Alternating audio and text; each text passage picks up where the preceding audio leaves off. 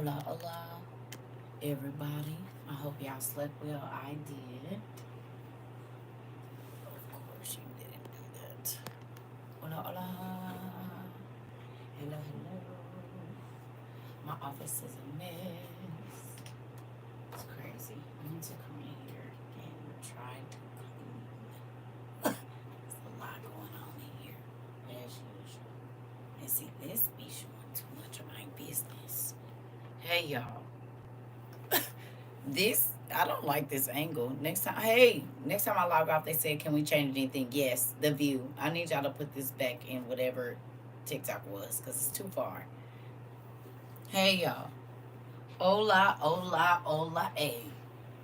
I've been talking with y'all nieces and nephews today. I'm yeah, I'm excited about them kids. Hey, I'm excited about them kids. Them kids of mine. I'm excited about them, cause you know what you put in them will come out, and it might take a long time, but it's gonna come out of them. You'll see it. Circa, you only have one account on fan base. Yes, they already duplicate my accounts over here. Damn. Are you serious? Don't tell me that. Girl, I'm so sick of these. Be yourself. Everybody else is taking. Oh my God. That's nuts. We ain't even been over here 2 weeks. Right.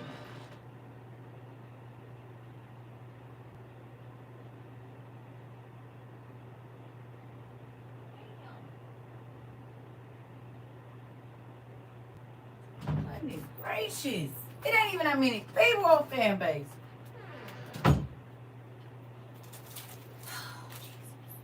That life has to suck.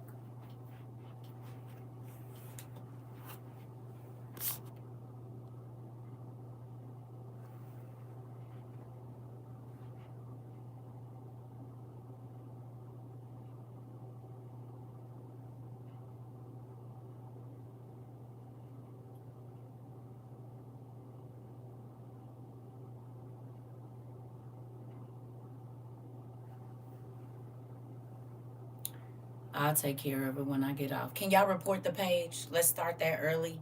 Hell, email the owner and tell him. Because this is stupid. I'm so sick of that. It's weird. And that's really why I didn't even want to put my fan base on there, but you have to put it in your bio. So I'm about to take it out. It is ridiculous. That's why I didn't even want to tell nobody where we was going. Oh my God. That is the most annoying. And I'm not even trying to be cocky or nothing. This happens to me all the time. And that's why I be irritated by it, because people be trying to be a better me than me. You're weird. Goodness gracious. I didn't even have a choice. But that's weird. That is weird when you want to be somebody else and not yourself. Like, that, people like that's not, no, it's not. It's weird. It's single white female-ish. I'm trying to tell you. That's what it reminds me of. It's weird. So anyway, I ain't even gonna let that. I've been having a good day. Thank you for telling me. That's weird. That is weird, weird, weird, weird, weird. Listen, 1 in 4 million chances of being you. Right. For a trip. Right. Whatever. Like, go away. I'm so done with all the friendly people around me. Listen, in my house, I roll my eyes hard. I messaged them. Who is this? They started talking about Arena. I said, absolutely not. And say, dang, how does it feel to be a fraud? Your life sucks. Start saying that when they ask you. Say, you know your life sucks, right? Because I know the real Circa, and if you have to pretend to be somebody else, do you need to go to a therapist? Start writing that stuff. I bet you they'll quit making circles. Helps I can remember you talked about that was going to use a star as a sign. Interesting, pretty cool. Interesting, clearly needs to go to therapy. Yeah. Like any thought be like, your life suck, huh? They gonna be like, what? You be like, you gotta pretend to be somebody else and you think I want you to tell me about my future. Like you might wanna become yourself and then people, because how can you tell me about my future and you won't even be yourself? Therapy maybe? See, that's the kind of stuff I say and then people go on and go away. You see, because it's a real person behind there, and then maybe that'll make them think like you're like I say that kind. Y'all see it? I say it, and this one I don't got no friends.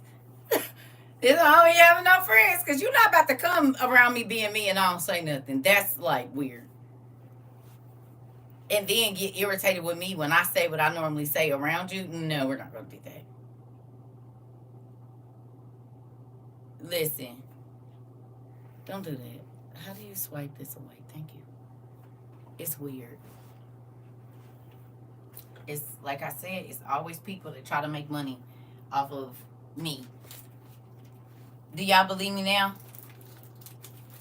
It's always people trying to make money off me, my ideas, everything. This is not new. It has been my whole life that people do this to me. It's weird. Like I'll tell people about an opportunity I get, baby. They be trying to get to it before me. It be weird stuff, and that's why I be like, that's on too much deal with people. You hear me? Because I'm talking about family, brother. Like it's companies that I started years ago that my brothers and different people went and they was like, oh, I'm about to do this, and I'm thinking that's the last conversation I had with you back in the day. You know what I'm saying? Like all of that. Anyway, matter of fact, since we talking about that, that's so weird because it's right on point with what I was about to tell y'all. So I was talking to y'all nephew. Moving on, I was talking to y'all nephew, and I looked at some of my old when I used to write my business plan out. Right? Can I read something to y'all? Do y'all mind if I read something to y'all real quick? And this was from 7/1/2017. Would y'all like to know something that I wrote down as far as my stuff? I think it's interesting. And even when I was doing my business plan, I wrote the date. And you could tell this is like, yeah, because my handwriting was real big. Y'all ready? The American population, 7/1/2017, was persons under 5 years old. There was 6.1%. Persons under 18 years old was 22.6%. Persons 65 and over was 15.6%. Persons female, 50.8%. Black people in America was 13.4%. White is 76.6%. But we know that's not the truth because they make a lot of people that identify that are not like Indians and stuff. So that number is way lower. Hispanic is 18.1%. Now,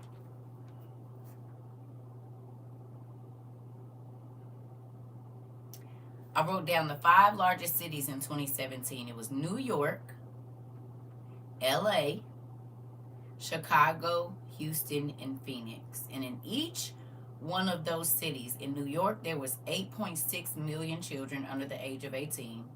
In LA, there was 4 point. Oh no! I'm sorry.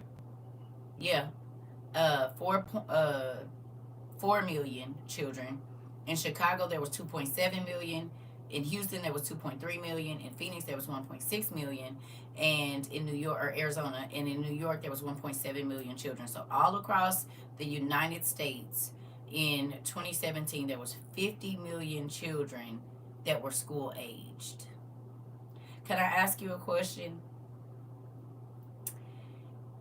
Is there anything that happened recently in New York that was a big deal?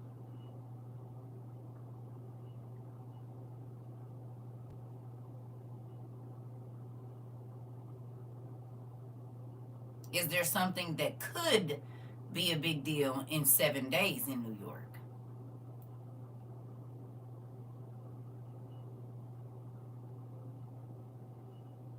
Anybody? Y'all here? They didn't slow y'all down.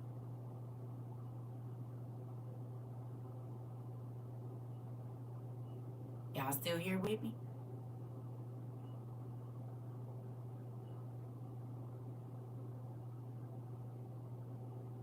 Has anything big in the last few years happened in New York? Okay. Anything huge happened in LA? Hey? Anything huge happened in LA?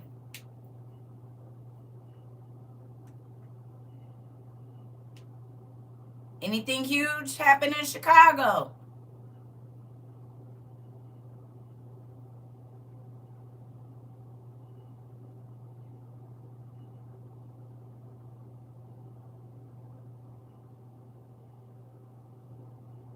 Houston?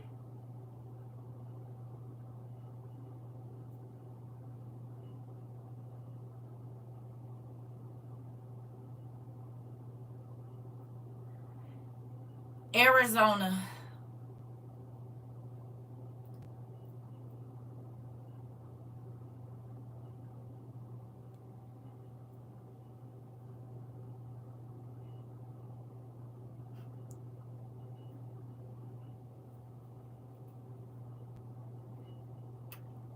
I wrote down how many actual homes or housing units there were in 2017. It was 137 million homes or people that inhabited houses in 2017 in America. 137,403,460 homes in 2017. Like, not just like apartments, everything, like households. There was 137 million households in America in 2017, right? So I was just looking over these numbers, and I was telling y'all nephew, I'm like, wait a minute. All of these stats are important to right now. All of these cities are important to right now. The children in these cities and the breakdown of the percentage of population that you fall into are all relevant to right now, are they not?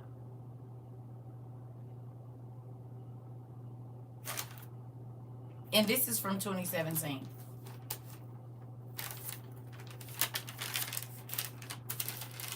Y'all gonna know my writing is different anyway.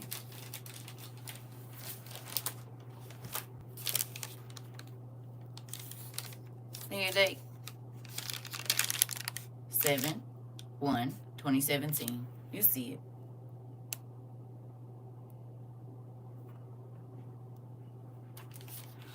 Why would God have me write down this info? Well, of course I knew it was for my business, doing my demographic information and all of that. But why is it relevant to now? Why is this information on this piece of paper relevant to right now? Anybody know?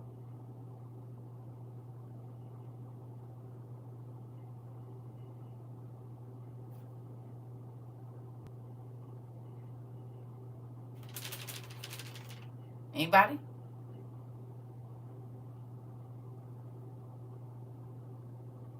So we can know where the chaos was going to be happening, because the information is to help for now. What about? This is how we was going to know how the population would be weeded through when they started to do all of this stuff.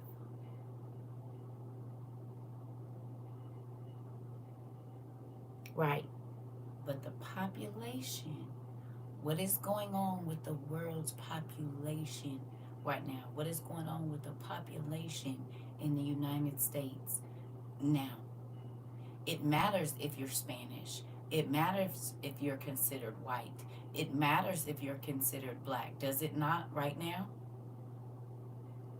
And what's on the news is the numbers of people that they are trying to extract from this company. Is it not? They don't, with the children, like literally this was here. I'm talking to y'all nephew and I look down, I'm like, wait. These are also some of the areas where they decided to start immigration.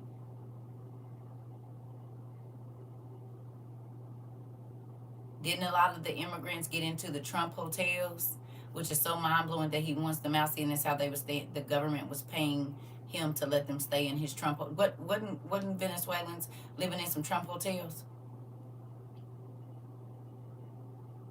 Y'all remember when they was giving the hotel subsidies to house?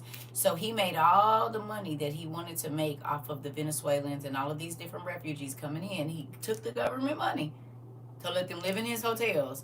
And now he's saying he don't want no immigrants here. That makes sense to y'all?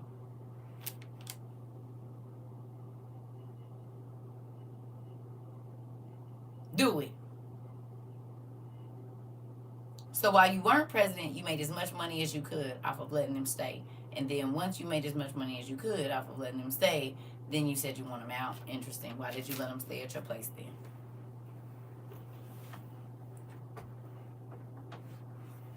Here we go. Moving on.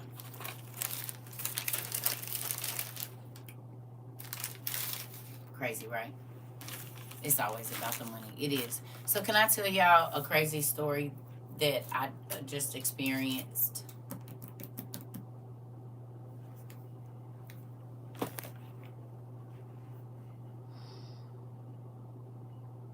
Just this morning. So there is an item that a person that I know, they have it. I'm just gonna tell y'all. So y'all remember I was telling y'all about the strawberry shortcake phone that I wanted, but it was like $300. And I said I had one when I was little. My mom probably still has it. And my doll that blew strawberry kisses and you could smell the strawberry, right? Do y'all remember me talking to y'all about this like last week? So I'm talking to my son today, and my mom walked by the phone. I was like, hey, do you still have my strawberry shortcake phone? She said, yeah. I said, can I buy it from you? And she rolled her eyes a little bit and was like, I'll think about it. And I was like, well, just let me know because I would really like to have it. She was like, why? Because it's nostalgic for me.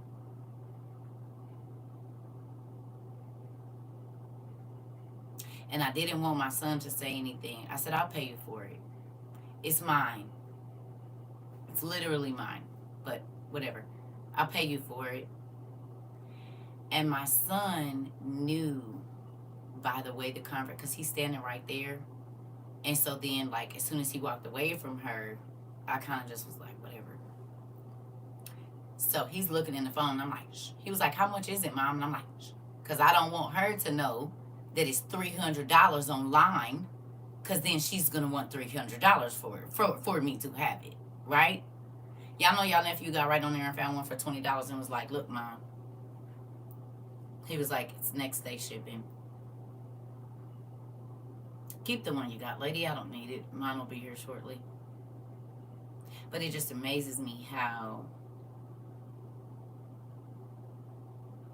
there are some people, they do not want you to have anything.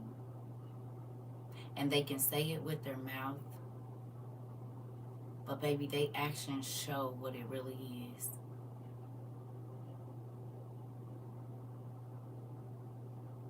Now, is that one that she has broke? No, this one has some issues, but I know how to fix them.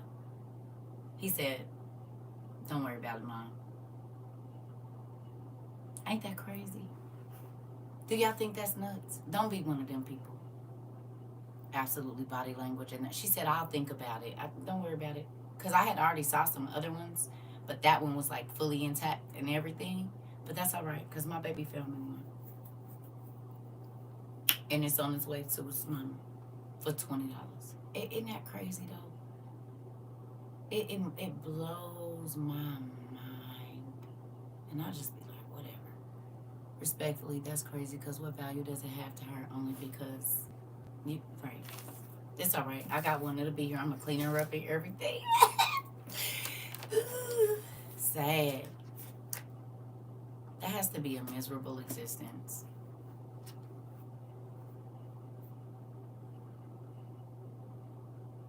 It does.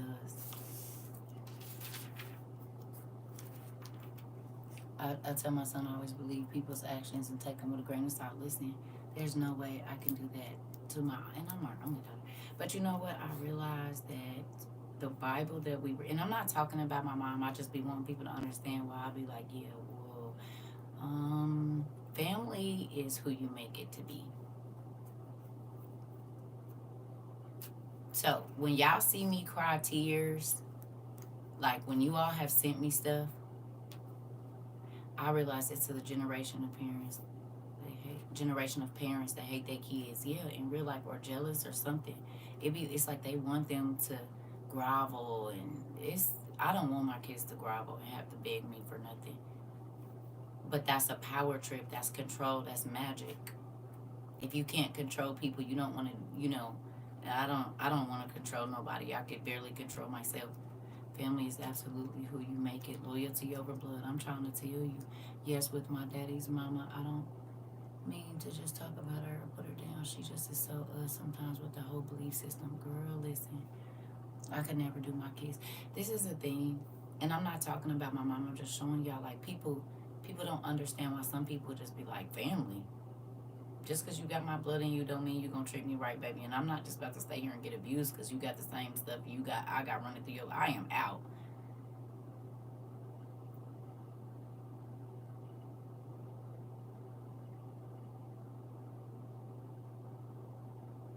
My daughter wants them white boots.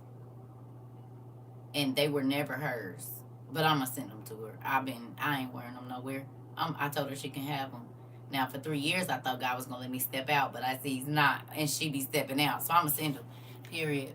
Mind you, Daddy got the same birthday as the Orange Man. Interesting. I got strangers that I got so much love from. We are not related by blood, but they treat me better than my own family. But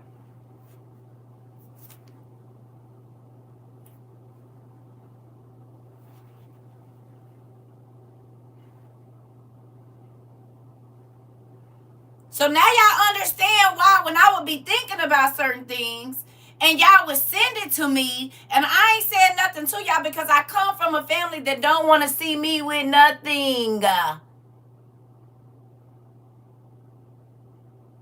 They say it with their mouth, but their actions always show the opposite. And this is why I say I don't care what you say. I want to see what you do.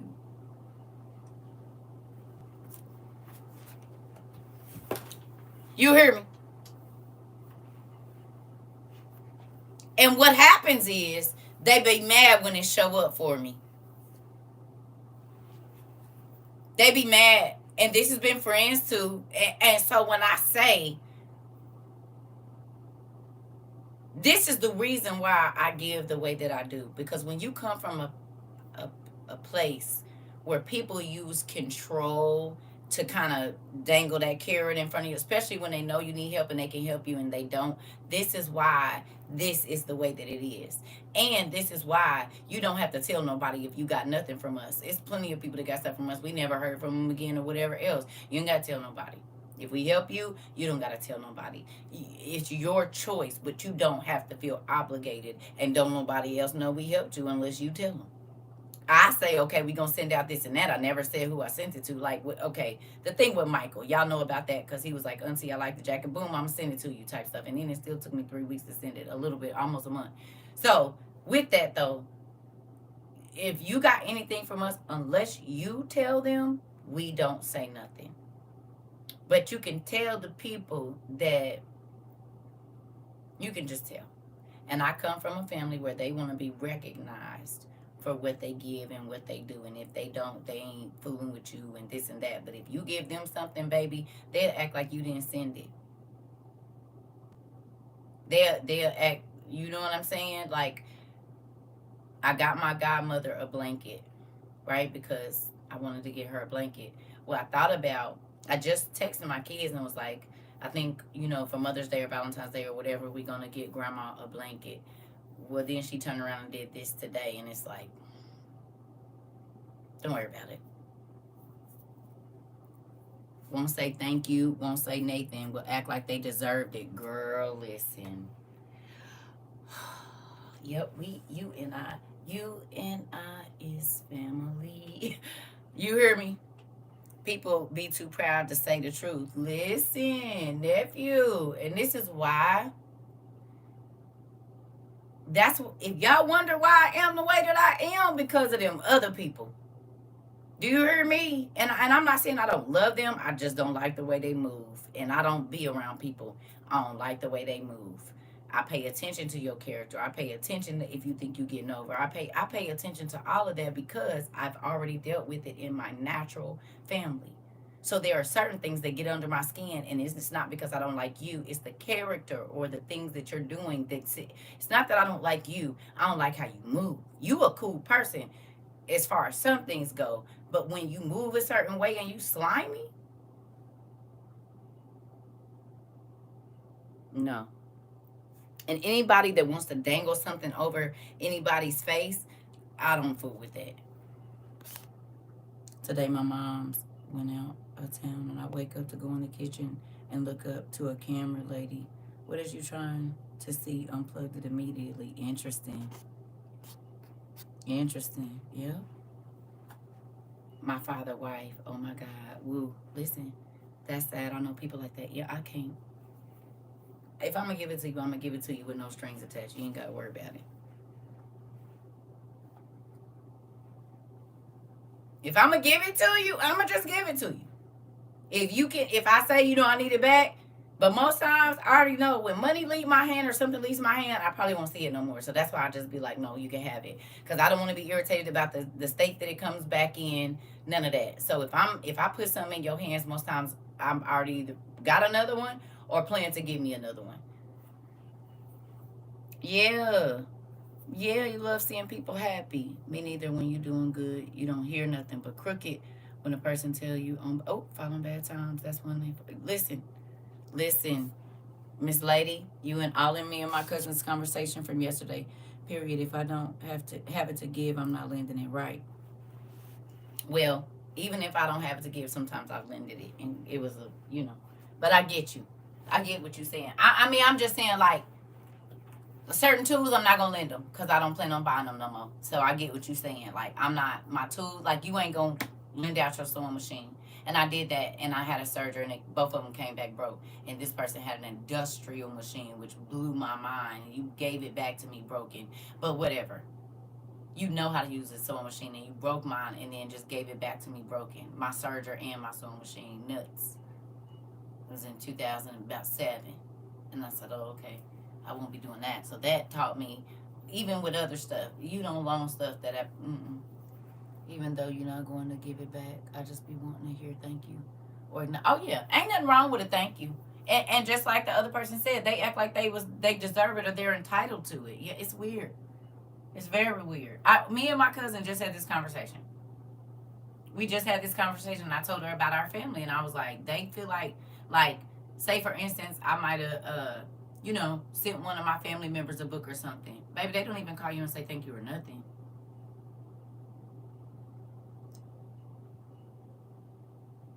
Don't even acknowledge that they received it. And won't call you after that. Like, I got what I want, so I don't need to talk to you. And that's why I'm fool with my family. I do not fool with my family, baby. I learned early. Do my hair, then I don't hear from I've learned my lesson. I remember my grandma asked me to borrow my check one time and asked for my money. And she, what?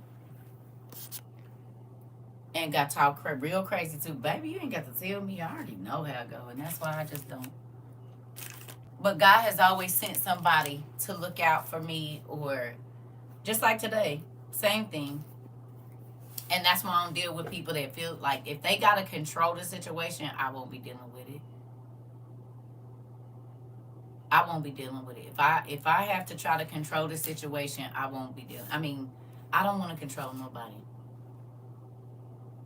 And I'm not speaking bad of my mother. It's just character. This is how I knew character from a very young age, because I paid attention. God led me to pay attention. I don't really know, but I paid attention. You know what I'm saying? And anybody that wants to leave you destitute and they have something that they can give to you and they choose not to give it to you, those are not the type of people I want to have in my company.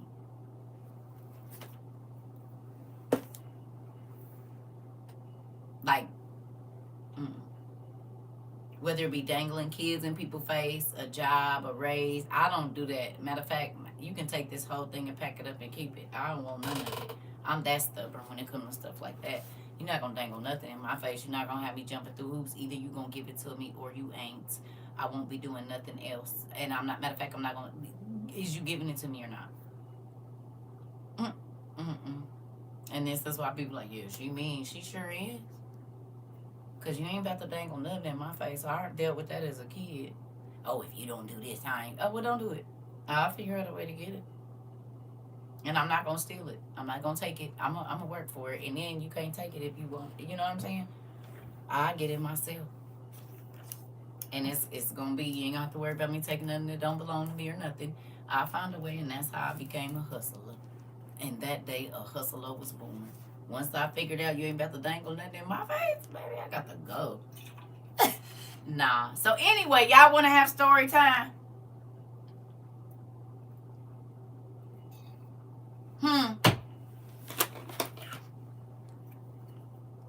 I start speaking my mind and people be like, I'm not your husband. I have a preference of who I tell the truth to. Listen, this is my thing. People gonna be who they want to be, and some people are so miserable because they feel like things. Do you want to be glorified for any help? You said what? Do you want to be glorified for any help they give? That's why I don't ask. None of them, and God always comes through. I'm trying. They want to be glorified. Yeah. But that's why we do what we do here, like we do. You don't gotta tell nobody nothing you get from us, babe. Nobody. It ain't none of nobody business. That's why we got an email system and all of that. That's why we got that. You hear me? You don't gotta tell nobody nothing. It ain't none of nobody business what you get, you know? It ain't none of nobody business. None. And that's why God has blessed us to be able to do what we've done here for the amount of time that we've been able to. And I'm grateful for that. And you don't have to feel ashamed or nothing because don't nobody even know that you got nothing unless you tell them. That's the only way they gonna know. So there's that. I mean, or like I said, with the jacket or with my little baby. You know what I'm saying? Y'all know that type of stuff. Like if God has me say, we gonna send you a journal or something, that's different. But help or whatever, don't nobody. It ain't none of nobody business. But the person that's about to send it out, the Lord, the Lord, me, and you. That's it. And this is why I haven't had nobody come in and help me with the office stuff, because then you'll still be getting to see what your fellow WORUers, if they need help. And people be vengeful and spiteful and nasty and all that kind of stuff. So that's why I didn't. Because think about it. It was people that was offering help. They not even here no more. But you would have had access to people's addresses, their light bills, stuff like that. So that's why I was like, nah, I mean, it's a lot, but I'll just do it myself.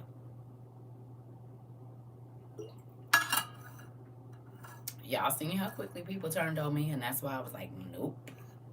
Because if you'll turn on me, now you got access to all these people, and I can't see you every day and come to your house, so you got access to all these people, information, cash apps, or whatever. No, not on my watch. You won't be doing that. Get your paper. Well, actually, just go get you some coffee or something. That's what I need to be making for myself. That's what I was about to do, but no more coffee. I'm gonna just wait that out. I done had 3 cups. Give me a second, y'all.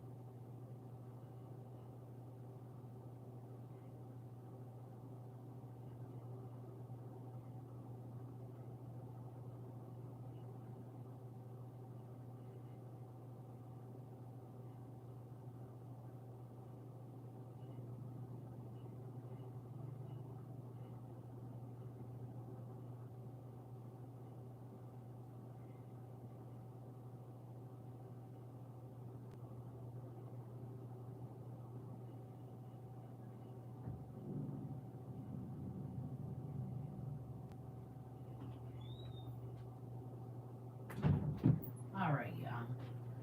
But yeah, that's why I said, baby, honey, circle is okay being. I mean, do I want a companion? Yes. Do I want friends that I can hang out with and talk to? Yes. But honey, folks be so finicky. I don't even want to play with it. I'll just be over here. Cause I don't got time to play them crazy games. Cause then if I call you out, I'm wrong.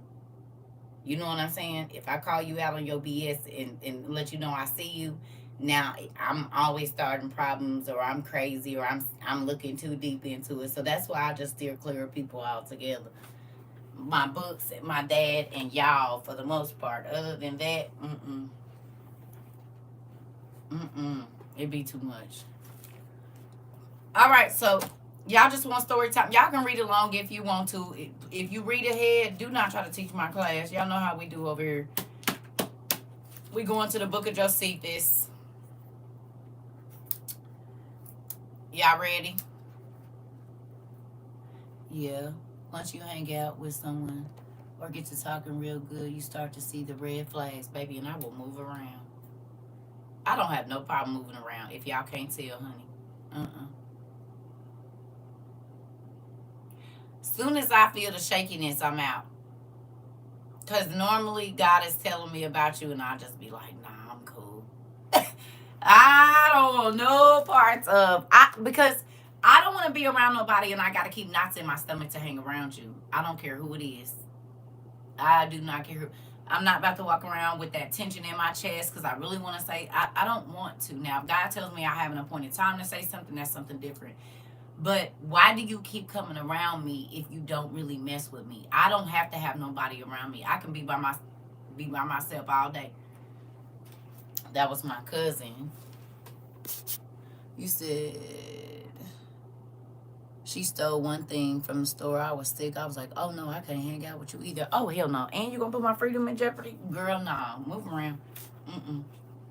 So y'all got y'all Josephus. Now I don't know what page and all that because we all got different books. And even in my son's book, what we saw today, his says K, mine says C for the name spelling. So even in that, the version that he has, it's the same story, but the person's name is spelled with a K and not a C. So there we go with that. He was like, why would they do that? I said, someone talked about it. That's how they can trick you up so you don't think you're reading about the same person. They just change a letter or a couple, move the letters around, and it's the same person. I don't understand why people do that. That's too much faking and shaking. People need to move around, and that's why I be by myself. And y'all didn't know me for 3 years. It's kind of hard to fake hanging out with people for 3 years. Y'all didn't see me. I be by myself. I done had my few people I hung out with, my friend, Auntie P, and my kids. Other than that, y'all ain't seen me around nobody. The only people that come in my house is maintenance.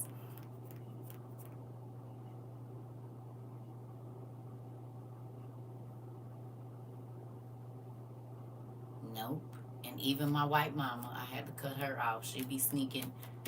She was sneaking in our classes, and I had to cut her off because you're not gonna keep doing me crazy. And I know what I see because I journal about everything. Any interactions I have with people, I journal about it. So that way, if it comes back up, I know I'm not crazy and I know I'm not tripping. I don't want you over here. And what I mean over here is in my circle. You can be over there in your own circle, but not in mine. And this is why I journal my experiences with people. That way, I know if I'm tripping or if you just a creature of habit. You know? I really want to bring my massager in here because my back is a little tight right now. I've been sleeping good. You hear me? I think it's because I've been drinking that tea before I go to sleep.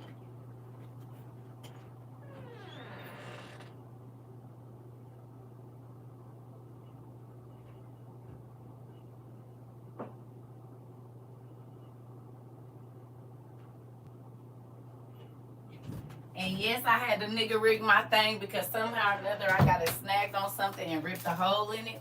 So I took some material and stitched it back on like the hood person that we are because it'll come out, but I got to stitch it back because I just did a quick job. Don't say nothing about my massager. Don't say nothing about it. I done nigga rigged it up. I done nigga rigged it. Did. And I'm going to stitch that right back on as soon as I take my time and do it. Did. Sure did. I MacGyvered it and it's going to because I wasn't about to buy another one. It still worked. I just ripped a hole in it. I don't know how, but baby, I ain't about to get rid of it. And I'm not about to pay another $35. Well, I didn't pay for this one, but if it's good, I'm using it till the wheels fall off. Do you hear me? Laugh out loud into the new year. For the last 5 years, dropping people. I'm trying to tell you. Well, were you? I don't got it to give. As long as it works. It's working right now. I sure did. And I'm going to stitch it back again because I didn't make the piece big enough. I'm going to go and take my time and stitch it on. It was like middle of the night and I needed it to work because it kept sliding down. I didn't want to catch on fire while I'm asleep. Well, I had some material that matched that material and I cut it right on up and I'll be stitching it back. It worked. I left a lot of people back in 2024. I said, nope, I'm not bringing them into 2025. It sucks when you can't bring your mama into 2025. Moving on. It sucks. But that's why God sent me my godmom, and she appreciates my presence in her life, and I appreciate her presence in mine. And I learned that just because you can't get it from the people that's supposed to give it to you doesn't mean that you're not supposed to have it. That's not what that means. It just means that you're not supposed to get it from them because they will use it to hurt you. Love is supposed to feel good. It's not supposed to be tense and grueling, and you don't have to grovel for love, honey. Love is just free. Okay, prime example. I told y'all I love y'all before y'all love me, and look how many I love yous I get back now. Look how many I love yous you get back now. Every time we get off of here, it's some people that have heard I love you or read I love you more here than they might have ever heard it in their whole entire life. Do you realize that? Because most people come here and say they feel loved, right? No? Ain't that what people say? They come here and they feel like they get love here, right? You feel a part of. You feel, I can't think of the word I'm looking for. But people come here and maybe have read I love you more times than they've ever heard it in their life. You said, yes, this is my only family. Come on, mine too. Y'all my family too. Like, I talk to y'all more than I talk to everybody. I know what's going on in y'all lives, and I don't know what's going on in my blood family life. Only my kids and, my cousin, I talk to her. Other than that, I couldn't tell you nothing that's going on in my extended family. And that's my brothers, y'all see, I barely talk to them. But I know what's going on at y'all house. I know what y'all cooking. I know what y'all baking. I know what y'all building. I know what y'all reading. I know what y'all eating. When you're tired, when you're sleepy, when you're sad. Because family be worried about that kind of stuff. They want you to feel better. They don't want you to have to stay. So what can we do? That's what family do. Family be worried. Family, we ain't seen you. Now, it's a lot of y'all, so it's hard for me to keep up. But it's other people checking on you, too.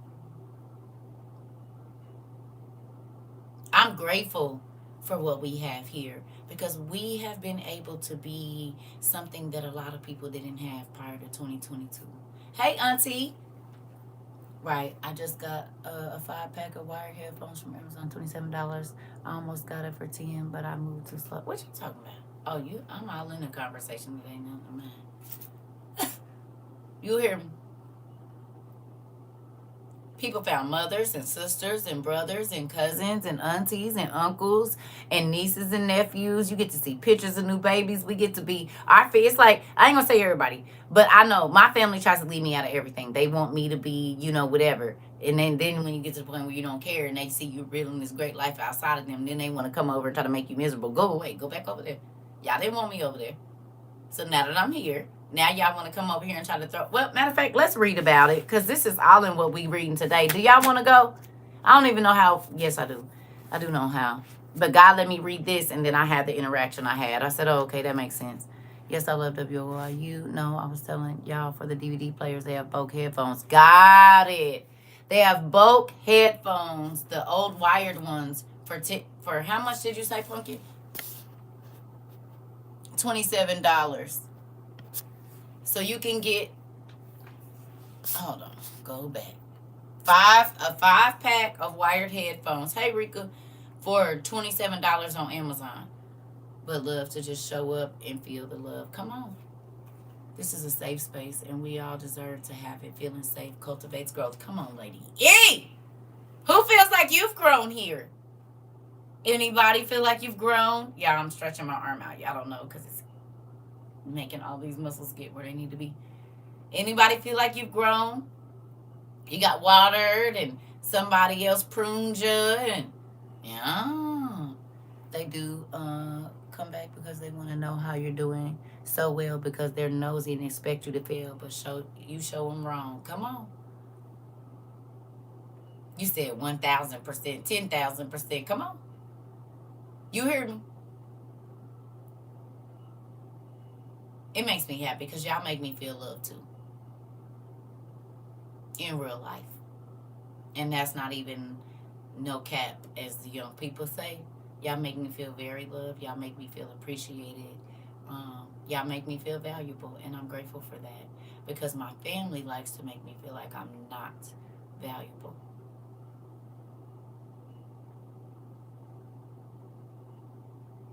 Interesting. I don't know. You hear me? That's a big deal in my family to make you feel like you nothing. You know, that's like our thing. Well, their thing. I'm not like that. Excuse me, because I try to point out the amazing things in people, or even the crazy stuff, so you can change it. Because I know you're amazing. You just got some crazy character flaws, as Ida would say. Who cutting onions in here? That part. I did, Sean. I showed it, Pumpkin. You probably wasn't in class. It's sitting in there on the couch. I gotta make cheese today because I got till the 28th until my milk go back. So that's what I was supposed to be doing today, but my phone has been ringing since I got up. I got a chance to read for a little bit, right, and listen to my music, and then within about 30 minutes, I started journaling. Baby, my phone been ringing all day. You is smart. You is kind. You is beautiful. You is love. Come on, Miss Blunt. Look it. That's what I'm talking about.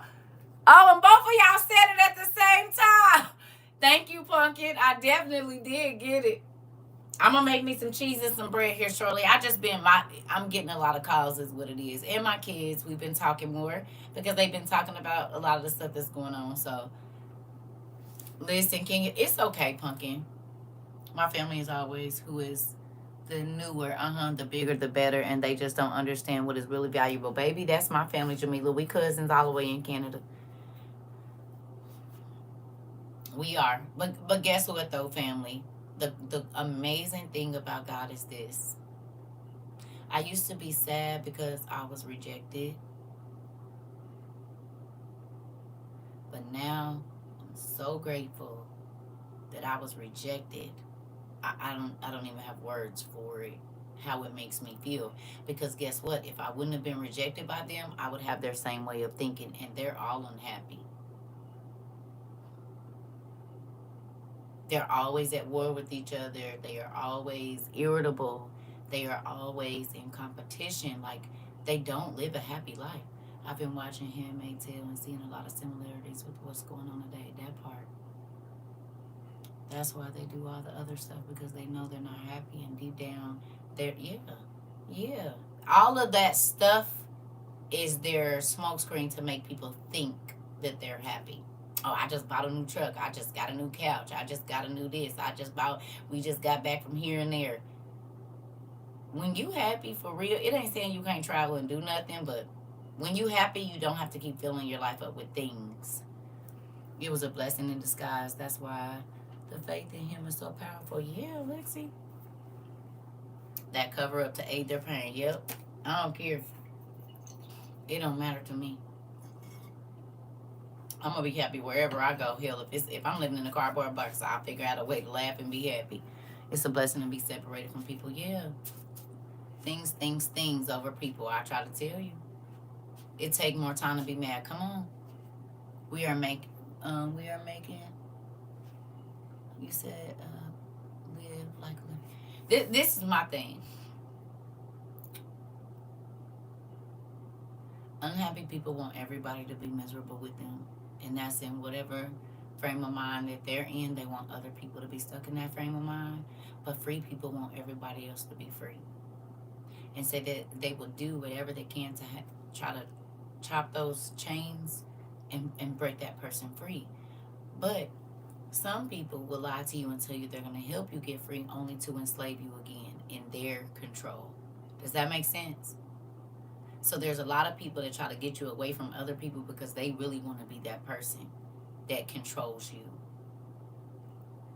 You said, regardless, I love you, sis. I love you too. I really do love y'all.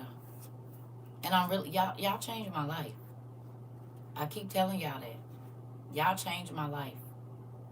Yeah, and even like the people that are not here anymore, right? Y'all don't, like I said, I'm not trying to control nobody. I want you to get what you get. I'm only here to throw out seeds. If you leave, I'm not, I'm not going to say I'm not sad that you left, but that just means that your time around me is up. Does that make sense?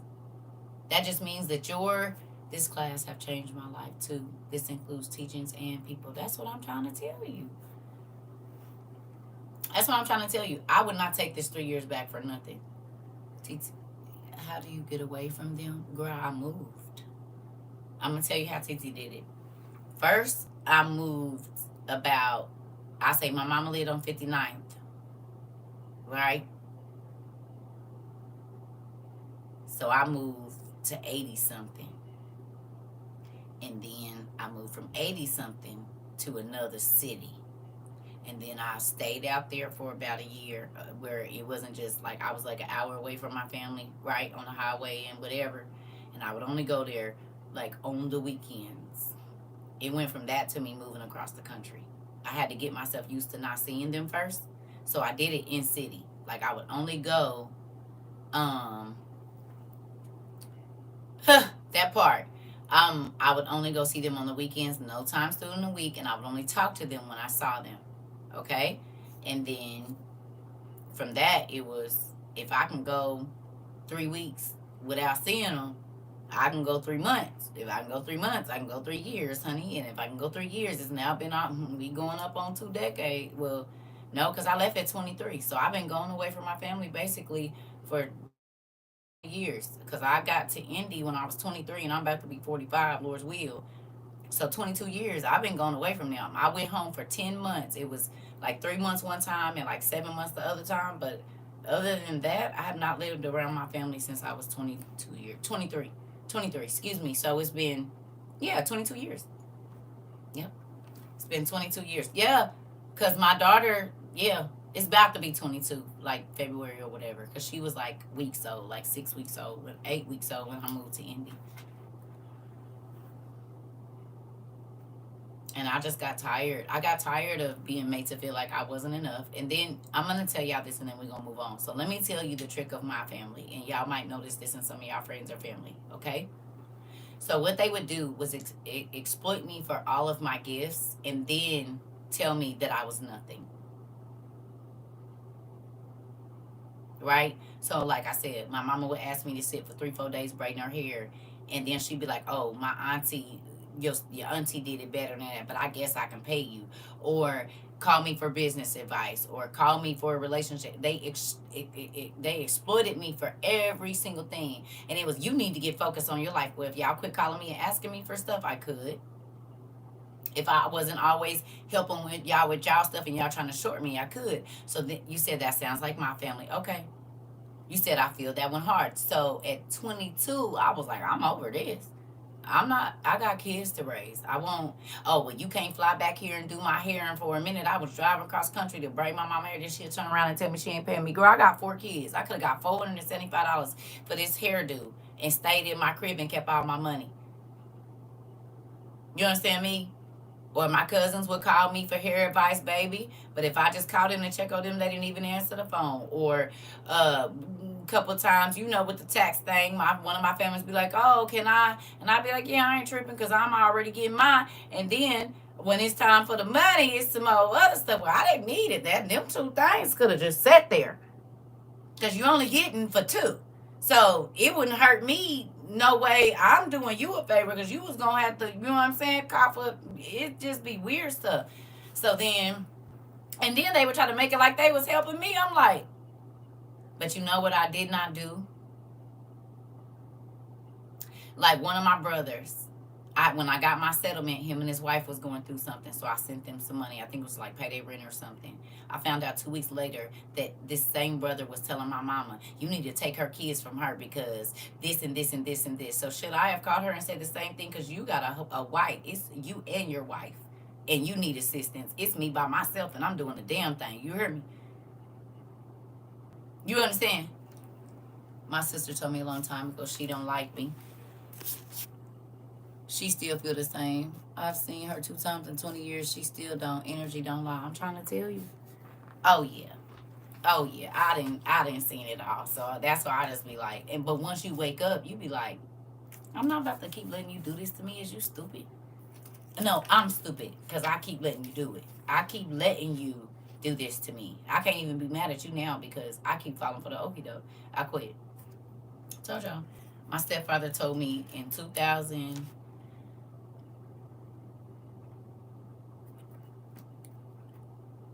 It was either 2009 or 2012. He said, your mother loves you, but she does not like you. Do not uproot your life again and move and sell all your stuff and come back here. Don't do it. And I have not done it since. And my life has been amazing since I have not lived around them. But when I lived around my family, I was always stressed. I was always depressed. I was always living in chaos, and everything was so crazy, and it was just always drama, and I got tired at 22. I was like, yeah, I'm not raising my kids like this. So I moved away, and I've been away. I went home twice to like live. The first time I lived there from February to like June, and I was like, hell no, I gotta go. And then I went back in 2012, 11, and I lived there from October until August, and I was like, yeah, I'm leaving. I will not be back here to visit for nothing. I'm not coming to visit. I'm not coming to nothing. No, at all. My mama told me, don't come back here. You'll do better away from here. She was talking about my hometown. I'm trying to tell you. And see, that's the thing. I did good in the town. I just didn't do good around my family because it's just crazy. Moving on. Anyway, let's talk about it. So all of this is is in reference to what we're talking about today, which is crazy because I read this, what we about to read, and then I had the interaction. And now look at us. We are talking about it. So it's relevant. Y'all ready? And that was after she called CPS on me and her kids got to. I promise you, I already know how it go. Baby, you ain't got to tell me. Let me go make me some coffee. Let me go make me some coffee because I'm trying to tell you, I already know. Like, my girl, I told you I was fighting. How people fight with their baby mama and baby daddy, I was fighting with my mama about my kids. It was nuts. Like, lies being told. It's just weird. I love her, but, I mean, and it's old. It don't bother me no much no more, but that's how I can tell people about people's character.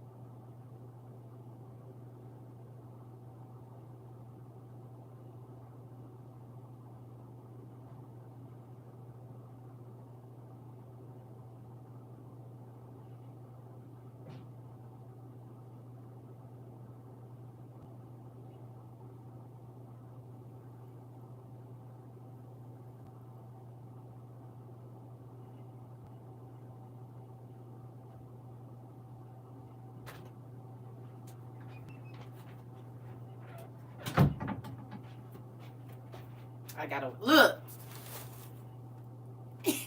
Y'all see it? I normally hold it so it don't heat up and be in goddamn fire, but it is what it is. At least y'all know I'm a real one out here. I'm not throwing nothing away. I'm gonna put my little thread I got. I didn't stitch it right. I just did a quick thing, baby. I will be using this. I'm trying to tell you, I do not care. And I'm gonna put some more material on there and make it a little wider and stitch it back together. It was quick. I knew it wasn't gonna stay because I was tired just trying to get it on there. My mama only calls when she needs something, girl. My mama asks me for something, even though if I do send it, I won't even hear from her when she get it. Or girl, that's why I quit spending my money on her. I bought my mama diamonds before I ever bought myself. I don't think I've ever bought myself any diamonds ever. Actually, I don't think I ever bought myself no diamonds. And the first diamonds that it was either given to me or no, I bought her diamonds before I ever bought myself any. And then even the diamonds that someone else gave me, some beautiful diamond earrings, I realize now I should have kept them. I gave them to her, and she was like, I wear them sometimes. I could have kept my stuff. So I quit doing that because I realized that when a person doesn't want you to have anything, they'll do all this weird stuff. Like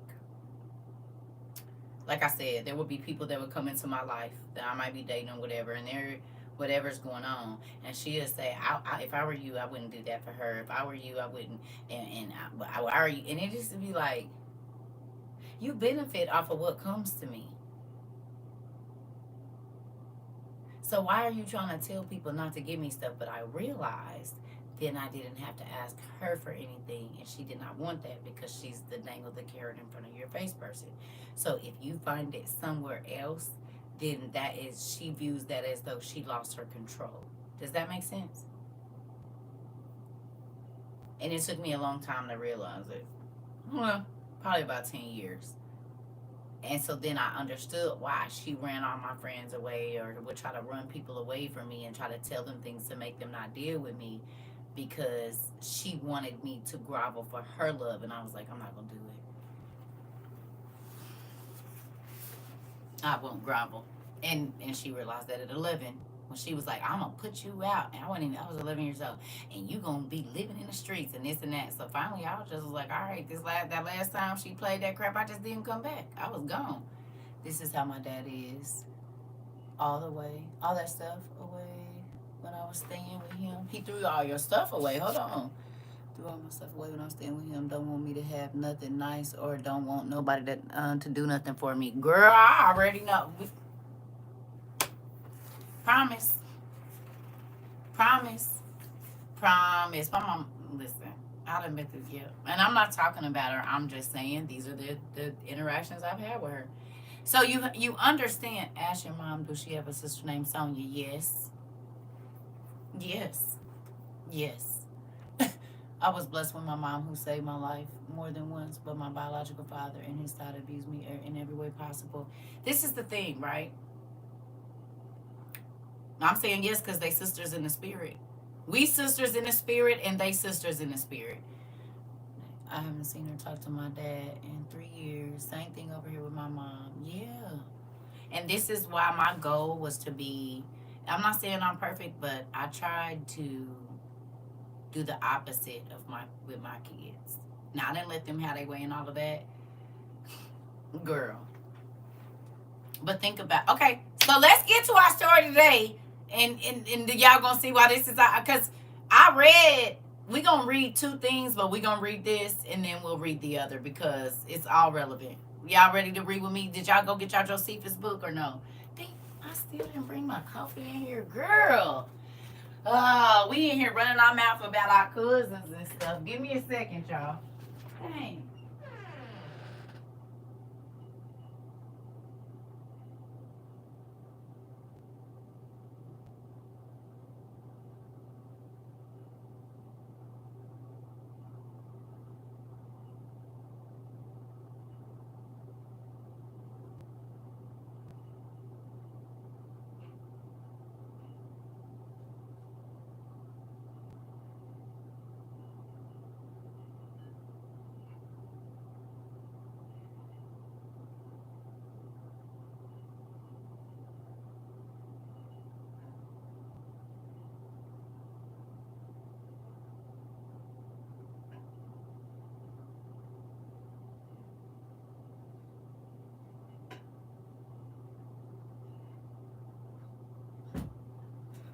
Crazy. Give me 1 second, y'all. We about to get to it. Get your Josephus book.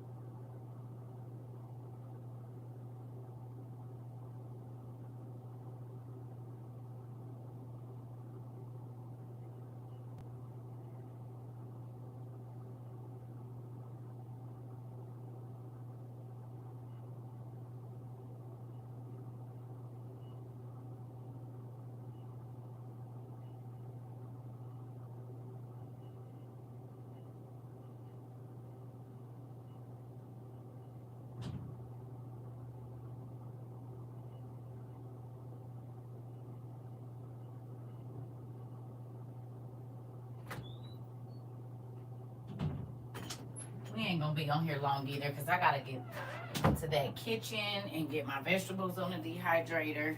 I got me some squash, some bell peppers. I did get me some steak so I can make me some beef jerky for just in case. Y'all know I don't really eat beef like that, but I do like beef jerky. So I'll be making some, thank you. And yeah, that's that. I went to my room and forgot what I was getting. Let me go back and get my book. I'll be doing the same thing. Am I tripping or did I just see a flash like someone took a picture? Or was it my phone? Baby girl, you are not tripping.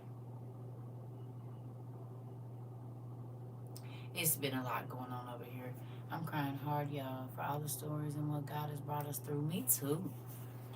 That's the thing. It's like I'm grateful. But do you see? Okay, I tell y'all a lot of crazy stories, but do I live like that's what I've been through? Auntie, while you walked off, your room flashed. I wouldn't be surprised. I wouldn't be surprised. Baby girl, believe me, Auntie is well, weird. My mom did the same thing. Crazy. Yeah. But do I live like woe is me? I done told y'all some crazy stories and they're all true. Do I live like woe is me? Oh, my mom, she threw it. Yeah, I be like, nigga, I was out here. You know what I'm saying? Hey, I figured it out. Now, sometimes I get emotional when I think about it because sometimes I'm human.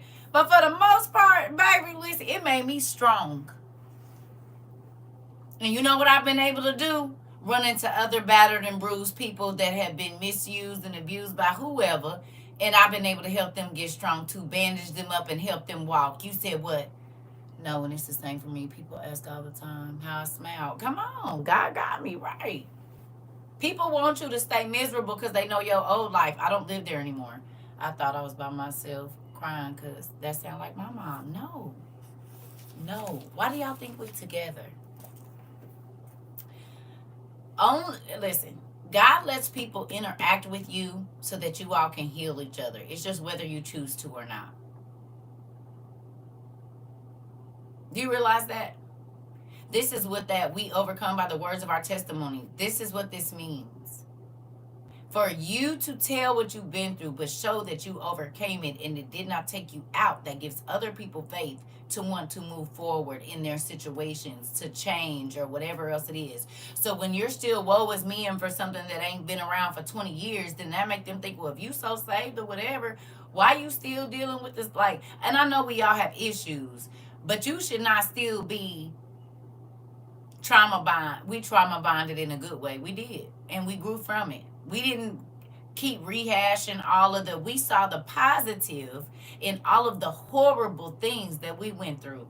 Who can now see the positive and understand why you said, yes, and now I can tell my story. Thanks. Listen, come on. This is the thing, right? I haven't my mom in a whole year and I had to go ahead and block her for all the crap she was up. It's looking like my mom ain't making it in 2025. I've been gone away from her for 22 years and you still don't want me to I told y'all when I got divorced, she wanted to talk to my husband. She was like, well, I need to see what's... No, you don't. I'm telling you this nigga's abusing me and you want to chop it up with him and pray for him? So you still want to talk to the people that hurt me and be friends with the people that hurt me? Girl, bye.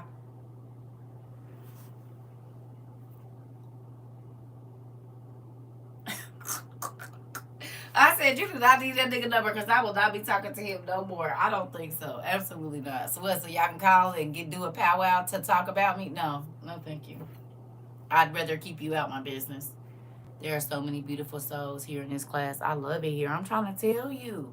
And this is why I say, if you want to learn, if you want to grow, if you want somebody to love on you, I got you.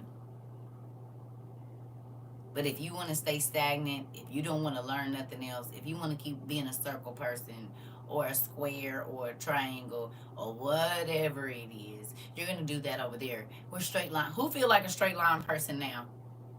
Yes, Tanisha.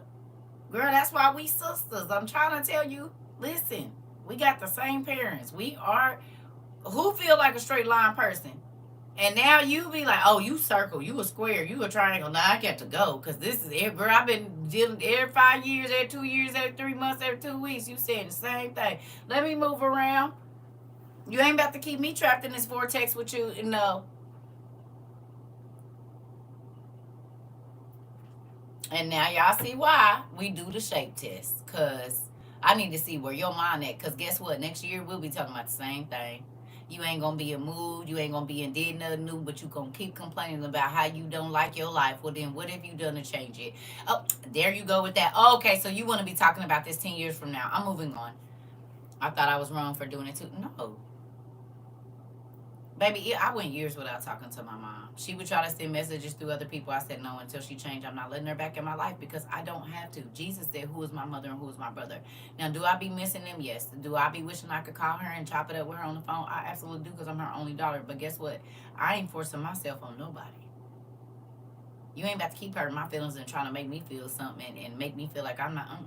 My mama did that today. Girl, listen. Don't nobody got time for that, sis.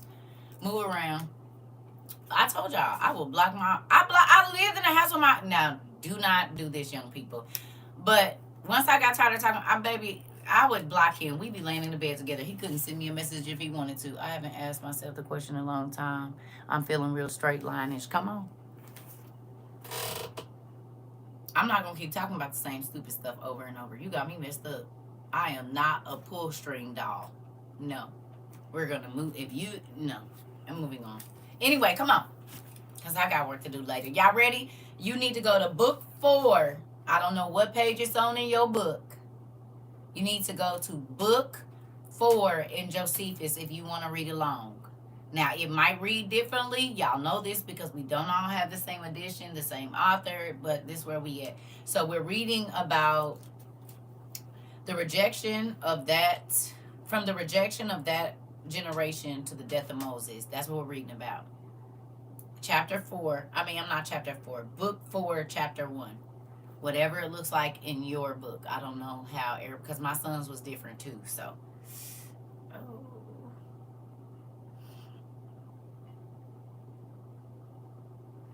Hey, Justice.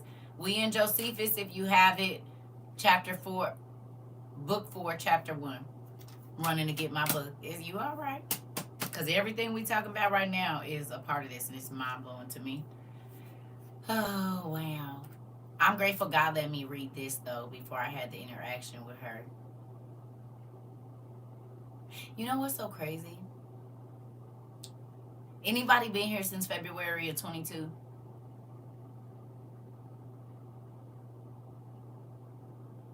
Or early March of 22? Anybody? I want to see something. Okay. Y'all remember on my birthday, the first birthday I shared with y'all made my birthday so special too. Okay, so y'all remember on my birthday, my daughter had called me and she was still living in Arizona at the time.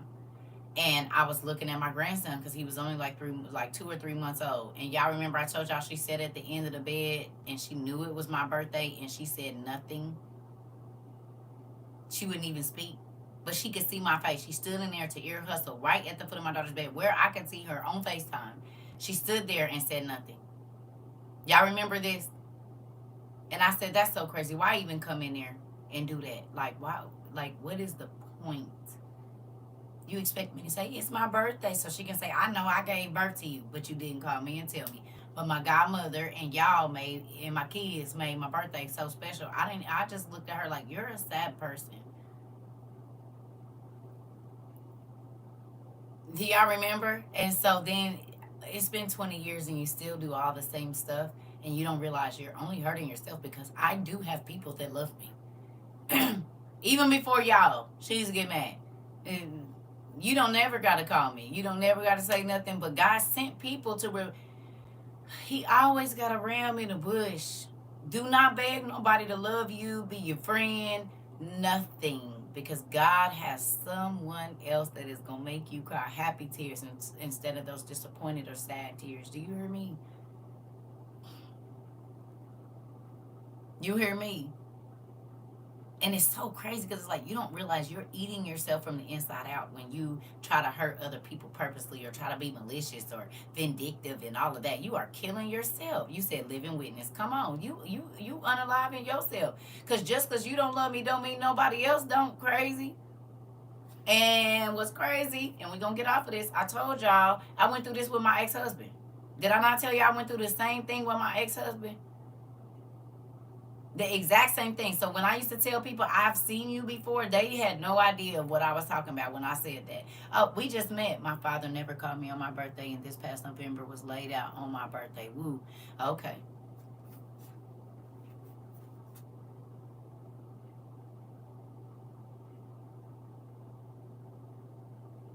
Once I learned the love of God, I cannot go back to that other stuff. Let me ask you a question. And maybe this happened before you got here, but I want to see something. How many things now, just since WO, and I'm not trying to say it's because of me, I just want to see the progress, okay? If it happened before, it happened before. But how many of you now,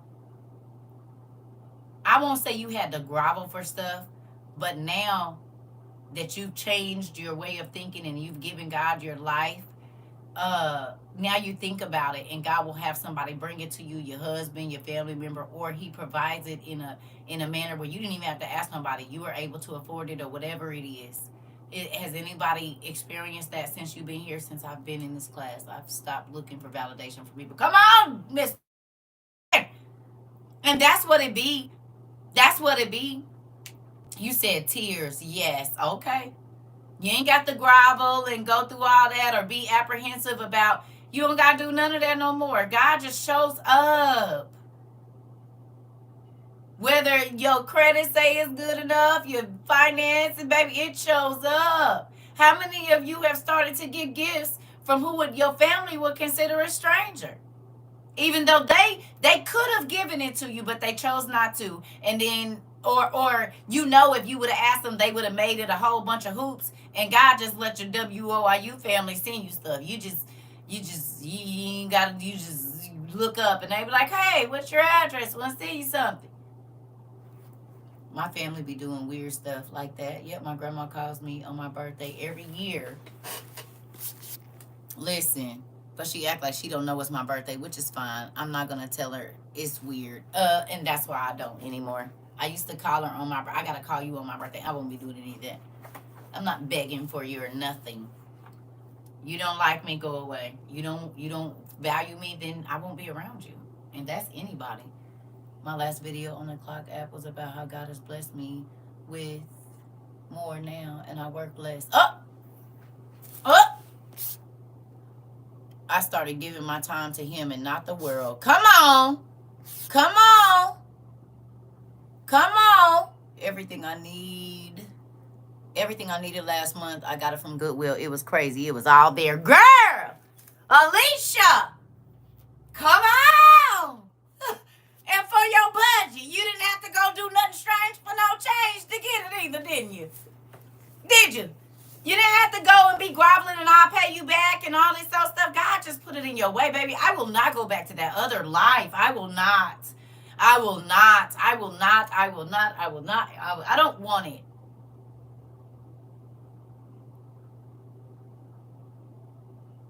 Girl, I don't go to the Goodwill. You also don't be getting the good stuff I get either. And I don't be at your house asking for nothing. But every time you come over here, you telling me what I need to let you get. I don't let pastors minister to me if they celebrate Christmas or any other pagan man-made holidays. That part, okay. Come on now. Those WIUers always come through for me, even when they don't know what's going on. I'm so grateful. Come on. I got a coffee grinder for $1.99 yesterday. Will. You hear me? That's why I go to the Goodwill, baby. He can put everything I need there. Why would I go to the store? No. Then I got to go to 10 stores. You always at Goodwill is, because if I want a blanket, a couch, cups, whatever. Anything I want that I'm going to put in my house or a toolbox. It don't matter, baby. I done found that rugs, everything. I used to spend more time helping my grandma than with my husband. And she got mad. I stepped back. True colors always show right. Right. And that's why I be letting my kids live their life. I don't try to get too much involved in their business. That's why I kind of like that I live away. So I don't be in their business because I want them to learn and experience life on their own. I don't want to be God in their life. And a lot of parents want to be God in their children's lives. I don't want to be God. I need you to go to God, and then when you come and ask me, I should be confirming whatever God has been telling you. Most people, they want to be God in their parents' lives. They want to control them. They want to manipulate them. I don't got time for that. That's too much work. I could be learning how to make cheese or something. I don't know. But it ain't about to be that. You welcome, Pumpkin. Here we go. Y'all ready? Let's go. Come on. Book 4, chapter 1. Because I got to go in my kitchen and get busy, y'all. So we ain't going to be on here long. Come on. So it says, now this life of the Hebrews in the wilderness was so disagreeable and troublesome to them, and they were so uneasy at it, that although God had forbidden them to meddle with the Canaanites, yet could they not be persuaded to be obedient to the words of Moses and to be quiet. But supposing that they should be able to beat their enemies, even without his approbation, they accused him and suspected that he made it his business to keep them in a distressed condition, that they might always stand in need of his assistance.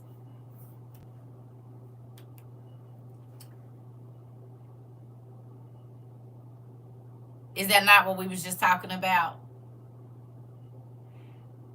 So the Israelites or the Hebrews, okay, they didn't want to listen to Moses because they feel like Moses was trying to control them and making it like they was dependent on him so that he could keep them miserable. What was we just talking about?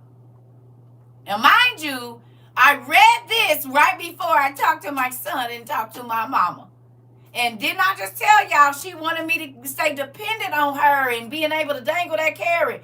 Okay, but this is how the Hebrews was looking at Moses.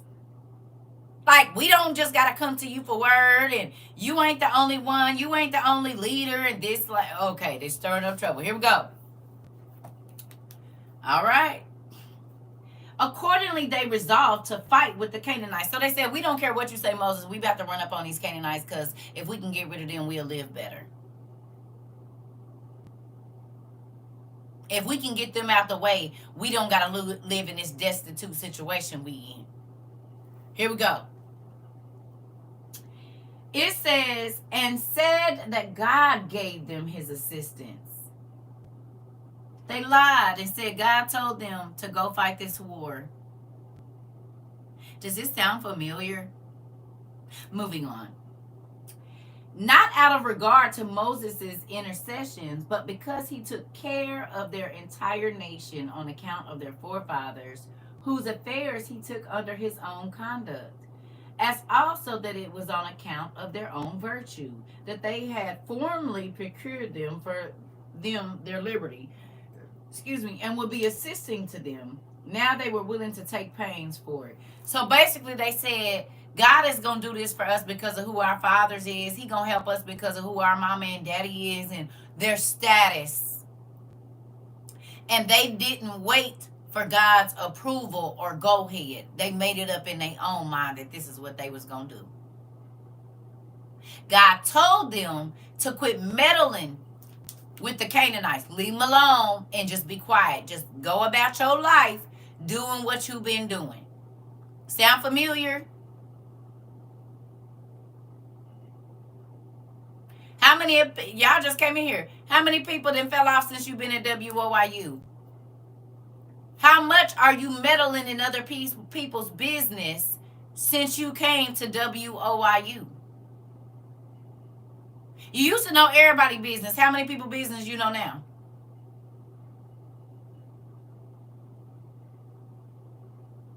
None.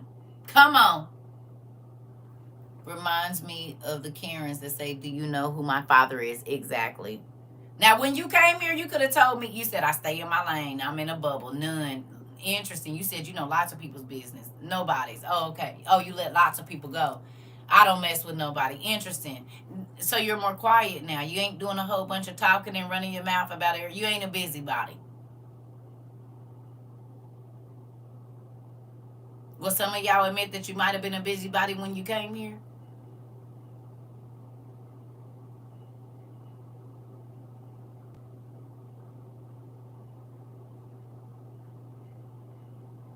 Knew everybody, everything. I know it's hard for you too, Rika, because you do hair, so people be telling all the business even when you don't want to know. You be like, I do not care. But okay, I'm listening. No, go ahead, girl.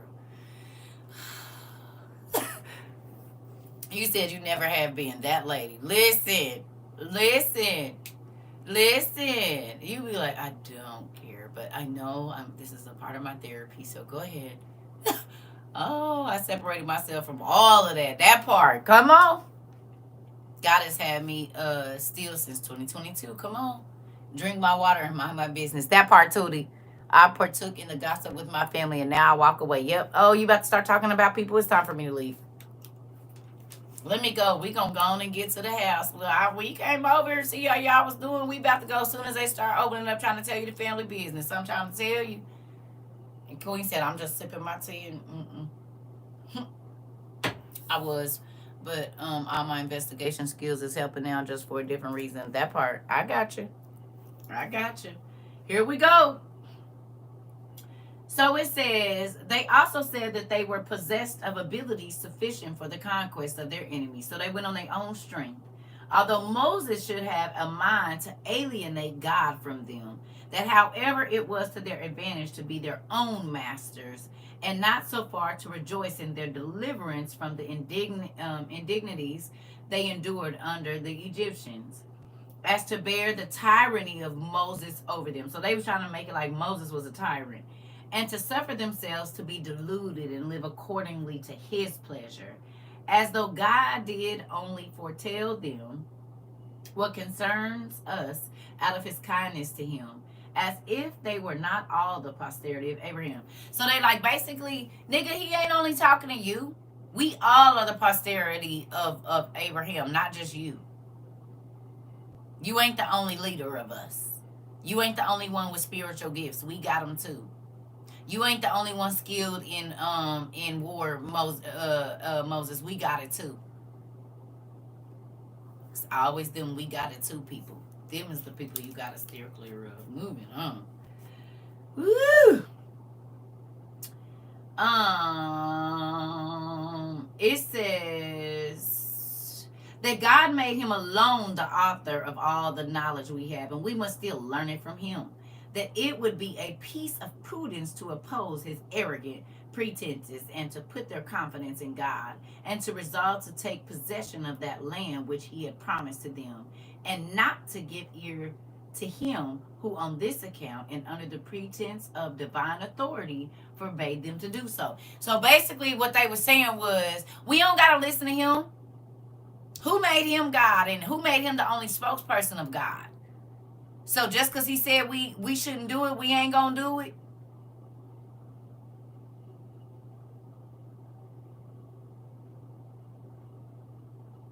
That sounds like the same thing that happened with Abraham. Interesting. Interesting. Sure is. You ready? Here we go. Same thing to be happening to y'all dean too, but we gonna move on. Before I was a dean, this kind of stuff. Remember I told you to be. Did y'all not watch it happen in the beginning of this?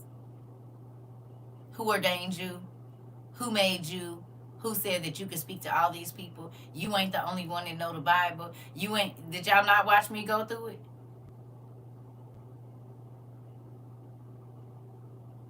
Y'all literally watch me go through it. This very thing.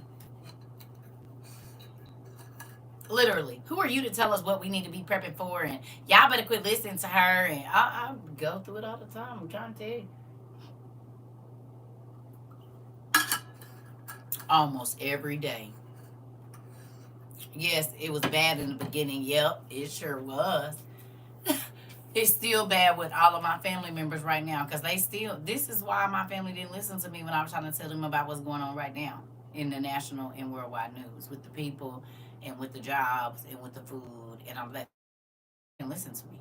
Y'all realize I'm literally going through this in my family right now, and some of y'all now are too. Some of y'all now are going through this. Are you not? All them family members that y'all was trying to tell about what God said was coming and that you shouldn't be blowing your money and you shouldn't be taking trips and you should be saving. And they like, who was you to tell me? I'm grown. I'm going to do what I want to do. I'm about to live my life. I'm not about to live in fear, this, that, and the other. I'm going to do what I want to do. And now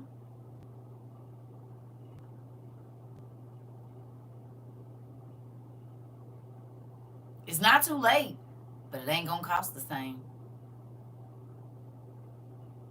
Right? It ain't that they can't go get it now, but it ain't gonna be like if they would have listened back in 22 and 23. Now they asking for my Amazon list. Miss Shotty? No, they want the information. Now they want the information. I just blinked and blinked. I know that's right. Good, I'm still taking. You said you still talking, and they still talking about trips. And now, what is the deal? Was you interesting? Moving on. Here we go. Woo! It says, therefore, the distressed state they were in at present, and that in those desert places they were still to expect things would be worse with them. They resolved to fight the Canaanites, as submitting only to God, their supreme commander, and not waiting for any assistance from their legislator. When therefore they had come to this resolution as being best for them, they went against their enemies, but those enemies were not dismayed either at the attack itself or at the great multitude that made it, and received them with great courage. Many of the Hebrews were slain, and the remainder of the army, upon the disorder of their troops, were pursued and fled, and after a shameful manner to their camp. Whereupon this unexpected misfortune made them quite despond, and they hoped for nothing that was good, as gathering from it that this affliction came from the wrath of God, because they rashly went out to war without his approbation, which is his command or his approval. So they wouldn't listen to Moses. They said, who is Moses to tell us anything? He ain't the only one God is talking to. Yet my mom, she went to Miami, and then the tsunami warning was issued. She didn't listen and lost her money and tried to warn her.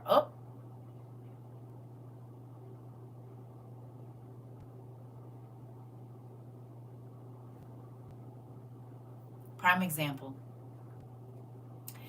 So they didn't listen to what Moses said. Moses said, don't do it. It's a bad idea. Oh, we got more than them, and we skilled, war people, whatever. And they got their butt handed to them on a platter. Can I ask you a question? Have you ever made these decisions without consulting God, and then you got your butt handed to you on a platter in whatever situation it was? It could be relationships, it could be jobs, it could be whatever. Has this ever happened to you, that you went ahead without God's approval and did something, and then you was trying to fight your way back over that wall?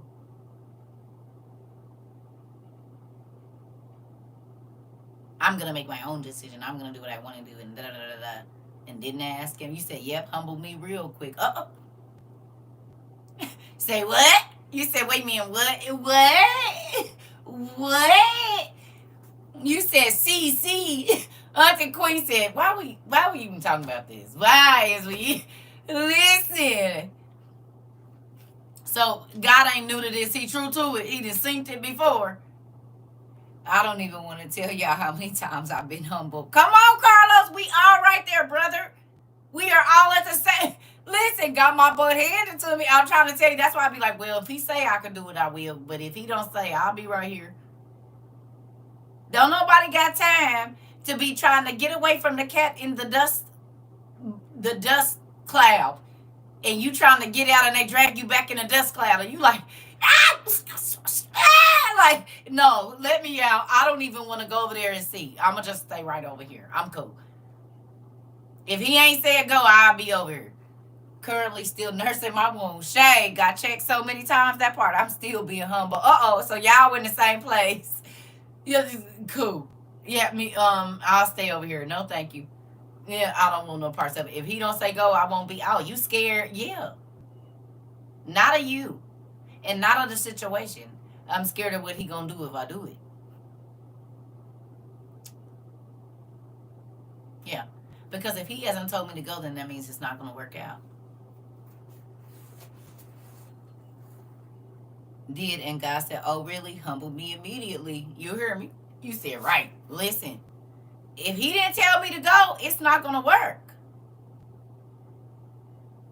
Who'll agree? You ain't never tried to keep doing something and tried to keep doing something, found 15 ways to do it, and not one of them worked. And the moment you said, God, which way do you want me to go? Instantly, it was working.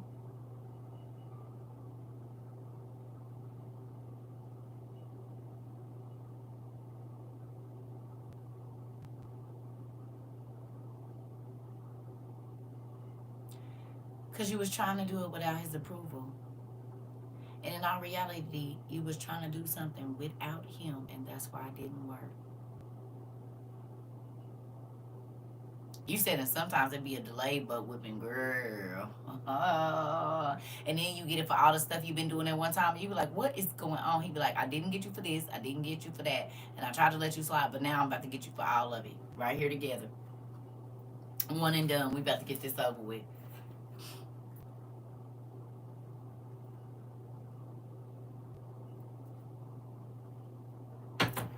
All I'm going to say is amen. Come on. And now y'all see what I said. This real relevant. It's relevant in a lot of different eras. Relevant. You hear me? Michelle said yes. All right. Okay, it says, but when Moses saw how deeply they were affected with this defeat and being afraid lest the enemy should grow insolent upon this victory and should be desirous of gaining still greater glory and should attack him. So look what they did. Here we go. Ooh. I learned that lesson the hard way. Come on. So look. God set somebody over them that they could actually trust. And he really wanted their best interest. But they felt like he was trying to control them. So they lied and said, God told me to do this thing. And you ain't the only one that got a gift. And you ain't the only one to do this, that, and the other. They go, they get their butts handed to them. Moses felt bad for him. But guess what Moses was thinking? Y'all just put us at a disadvantage because now the enemy know our army is decimated. It's depleted. So if they want to come attack us, y'all just let them know that we're vulnerable. And they can overthrow us because they just slaughtered all the other people that was with y'all. He said, he started singing, did we talk about it? Didn't I tell y'all don't go over there? Did we? Did we talk about it? So now, by them going on their own way, they made themselves sitting ducks. Have you ever done this to yourself? Made the situation worse by going on your own way. It was already crazy.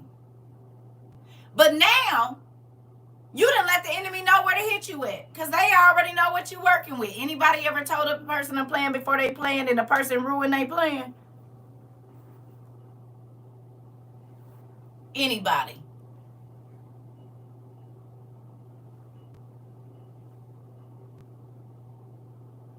God said, I told you don't say nothing. I told you don't do nothing. I told you don't move. You said, ooh, yes, yes. Terrible flashback. Dang, they hit all y'all at the same time. You said, yep, nephew. Yep, TT did. Yep. Hey, pumpkin. So we, Auntie said, yeah, right there. Ain't it crazy how this was thousands and thousands of years ago? Oh, what is you side-eyeing me for? These is not my words. Not mine. Used to happen to me all the time. Nephew! And now do you understand why your TT be like, no, I don't care. If God didn't say do what I want, I won't be doing it. Okay, prime example. That's when I learned to tell after it's done so he can get the praise. Oh.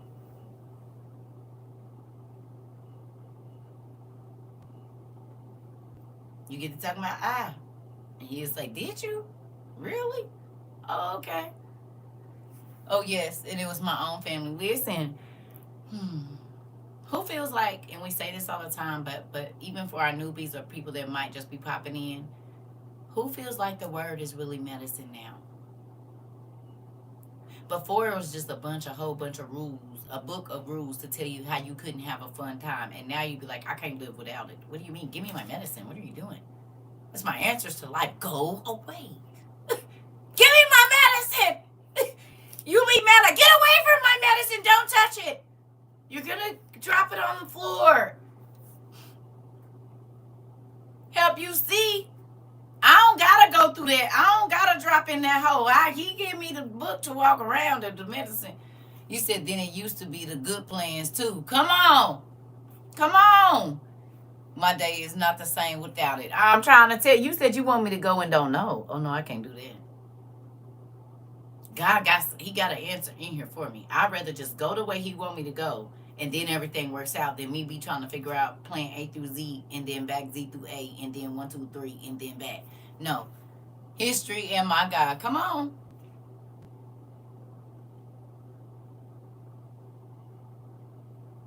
It's less work when you just let him tell you where to go. It's less work when you just let him tell you what to say. It's less work when you ask him to provide it instead of saying, I don't know. You said I thought I was real clever. Girl, who else thought they was clever? What did? And if my toes weren't crusty right now, I'll put them up there too. I'm about to paint them sometime soon. Do my ears count? Can I use my ears? Thought I was slick too. Slicked myself right on into the can of oil and couldn't get out until he let me out. You hear me? Me too, pumpkin. I thought I was slick, baby. You couldn't have told me I wasn't about to get away with what I was about to do. Who? I'm trying to tell you. Crazy. And God probably just be like, oh, T, look at your little fat head. Come here, silly. Come here, you silly goose. Oh, little Ting Ting. You thought that was going to work.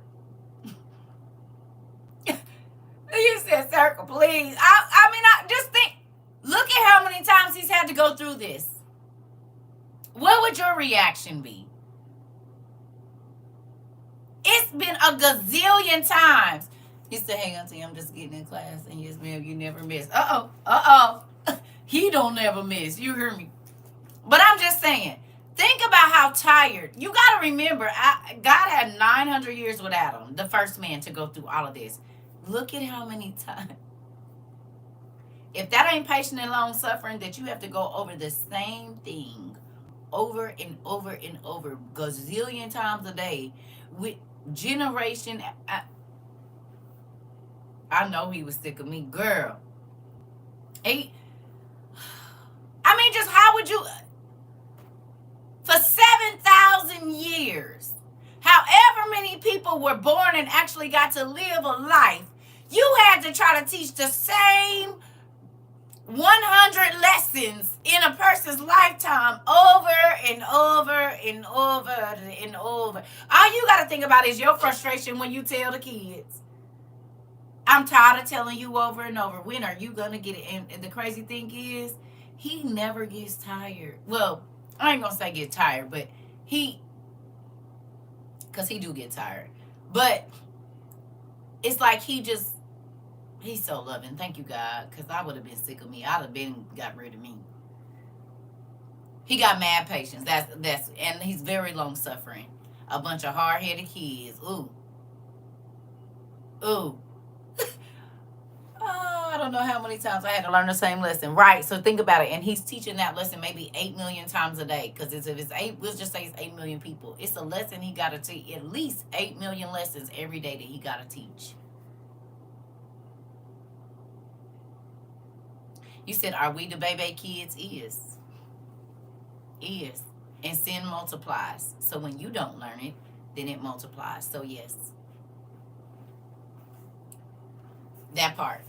But he just pressed play. Listen, I thank God he's God too. I know he's about ready to shake me up. Well, the whole world about to get shook up, girl. So we all right there together. We are a hard-headed species. Exactly. Exactly. But do you see how loving he is too?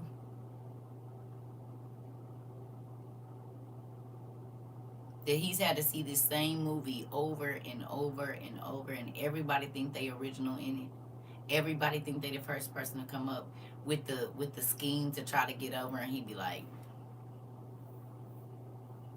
"You looking like your daddy and your mama while you're doing that. I just want you to know." May he keep me tight in his grip. That part, yes, and patient. I'm trying to tell you, it's like, dang, Dad. So come on, here we go. Just so y'all know. So it said, dee dee dee, ba ba boo, ba ba ba.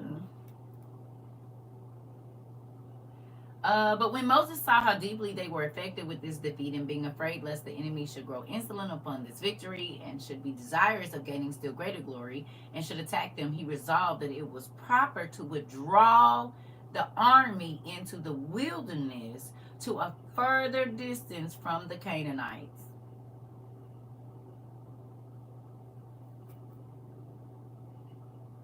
When the enemy showed up over there on TikTok, what we do?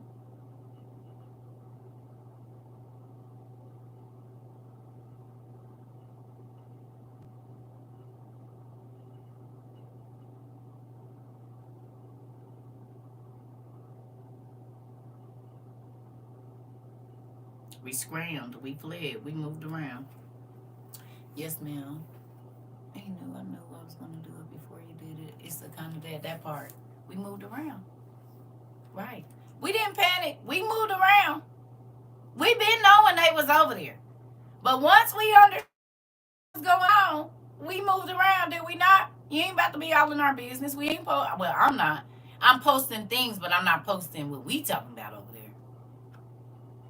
You see what I'm saying? Oh yeah. Yeah. But I'm saying we moved from TikTok over here. Once we knew that the enemy was over there, we got up and we didn't wait for them. We just moved. We moved around. We moved. And that's what Moses did. Once he knew that all of the people had been on the lives, he said, well, we can't just sit right here close to them. We got to get away from them and get to a more secure place. I'm about to ask you know what, before I do this, I know what to do. Let me get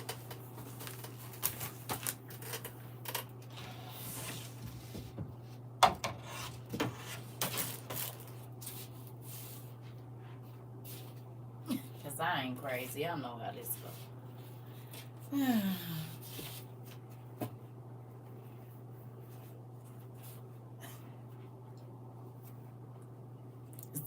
I ain't new. I'm true. We're literally kids, hard-headed, stiff-necked, prideful, and they've been trying to end us for years. We get that. Okay. Uh-oh. What is the sign for? Both of y'all at the same time. Oh.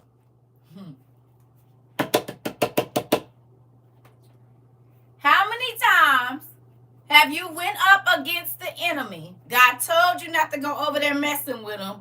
Who you went over there messing with them, got your tail handed to you, and you stayed in a situation where they had access,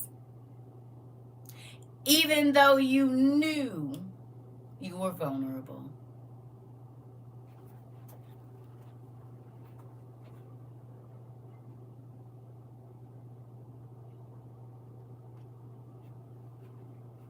No comment. Many times. That was me. Me. Oh! too many times. Oh, ouch, me. Oh, oh. They already depleted your energy. They already depleted your checking account, your self-esteem, your relationship with God, because you went over there messing with him when God said, don't go over there in the middle of the night. Now you got a baby mama that is messing up your new relationship. Got a baby, I knew they was coming. Baby daddy that's messing up, and God told you not to go over there, and you went. Don't go back to that job. It's going to cause problems. That's where you met the person you was going to cheat on your wife or husband with. You said, oh my gosh, she chose violence. Hallelujah. Salvation and glory. He told you don't go messing with that homegirl, and now you call the case. Your homeboy don't ride with him because the last time he got you out of it, and you went back with him, and now you facing 7 years for something you didn't even have nothing to do with, and God told you, don't go back over there. I told you don't mess with them in the first place. You never even asked me, should you go out with them? You never asked me if you should go over there. You never asked me if you should give them the money. You never asked me if you should give them a ride. You never asked me if they should move in with you. You didn't want to hear what I had to say, and now. So if there's some situations that you was comfortable in and God uprooted you quickly, you didn't know that you were at a disadvantage now. The enemy knew that you were vulnerable. I just got here and you choosing to hug me real tight. Not me scratching my neck. You said, honey, ooh, come on now. Oh, sing a Marvin Sapp. Just know he has his hands on you. Ooh-wee. Listen. I'm going to dig a hole and hide under this rock. Oh, Shaniqua, I think we both going through this. Listen. Now, I ain't crazy now. I'm not crazy. Oh, I know. I've been there too. I'm going to raise my hand as well. Okay, I'll show myself to the door. You don't need the shield. We just want to talk. I don't trust y'all. No. Remember, these are not my words. This was typed way before I was ever even thought about. I just had a question. Now, can I ask a question? Can y'all, she's squeezing really tight with the hugs today. This is me. My life we talk about. You said you don't need to, wait, let me ask y'all a question though. Now you got me over here sour face. Where is my seatbelt? You said it's time for me to go. Wait a minute, what kind of roller coaster is this? The chocolate is out. You said, you said no, thank you, I'll pass.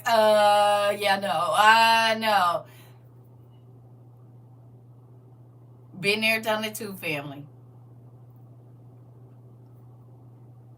I need y'all to write down the word approbation for me. It's approbation. You said, I'm going to just go and start the live over. You know, come on back. Come on in here and stay on in here. Don't go nowhere.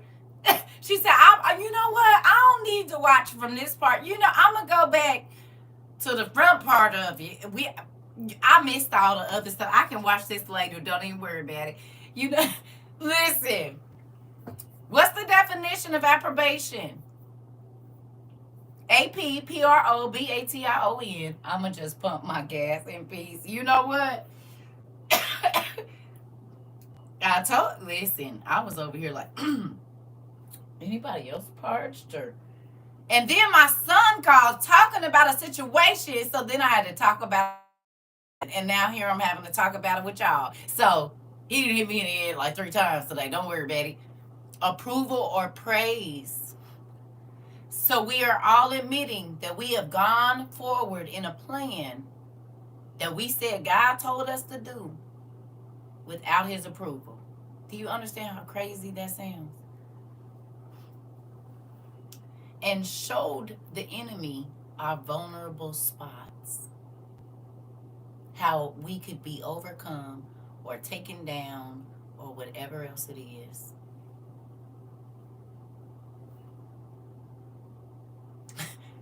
What is that face for? Stop. Ooh, you said this man It's my third time today. Well, I had to read it with my son. I'm having to read it with y'all, and I had to read it by myself this morning. Oh, I understand. Mm-hmm. Drill it in there. He's hammering it all the way in. You put yourself in vulnerable situations. You went ahead without my approval. And so, you said grabbing chocolate cake and rocking. That part. I'll be trying to tell y'all. You said I'm rocking. Everybody rocking. You said, I'm so glad I understand now how things go. Not so bad. And don't do that anymore. I'm trying to tell you, said God said, remember the time. Yep. We ain't even done yet. We ain't even done. You said I'm feeling lightheaded. Hilarious. Baby, listen. That's why she chose violence today, and I'm trying to figure out why, because we didn't even have that much time. We don't have that much time left. Hilarious. Gotta get it in while I can real quick. You said we at the end of the world. Why we ain't getting it? We're so happy. Is we ever gonna get the cotton candy messages?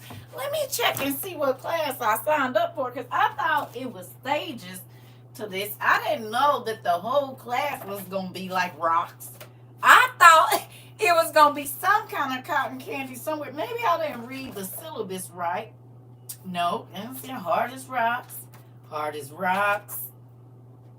Hard as rocks. Oh, no. Hard as rocks. Uh-huh. Yeah. Iron sharpen iron. I'm just going to... Look, y'all said, wait a minute. You said check it harder. Wait a minute. Keep looking. Auntie said, keep looking. It might be in there somewhere. The sugar is rock candy. Is, Jamila. Is. Or like a big old gobstopper, the ones that took you years to get down. You had to break it with a knife and break it in pieces. That kind. Gummy worms, no nothing. Amber said we can't get nothing soft and chewy, nothing. Not nothing. Ain't no fluffy candy over here. Ain't no pillow fluff or nothing. We gotta sleep on this here hard rock. It's gonna make you strong. It's gonna make you the jawbreaker. That part. Good evening. Well, I mean, do y'all see it in here? Y'all see it, right? Y'all see the crazy as well. A box of lemon heads. I'm trying to tell you, and the stale ones at that. Not the good ones that just came out, so they still soft. No, they didn't been sitting in somebody's grandma's purse for 6 years, and now you get to eat it. Them kind. Where the box was open and the plastic wasn't on them. So the air done got to them, and it got a little bit of something stuck to it because something in her purse didn't waste on it. Just try to rub that part off. You hear me? Just rub that off.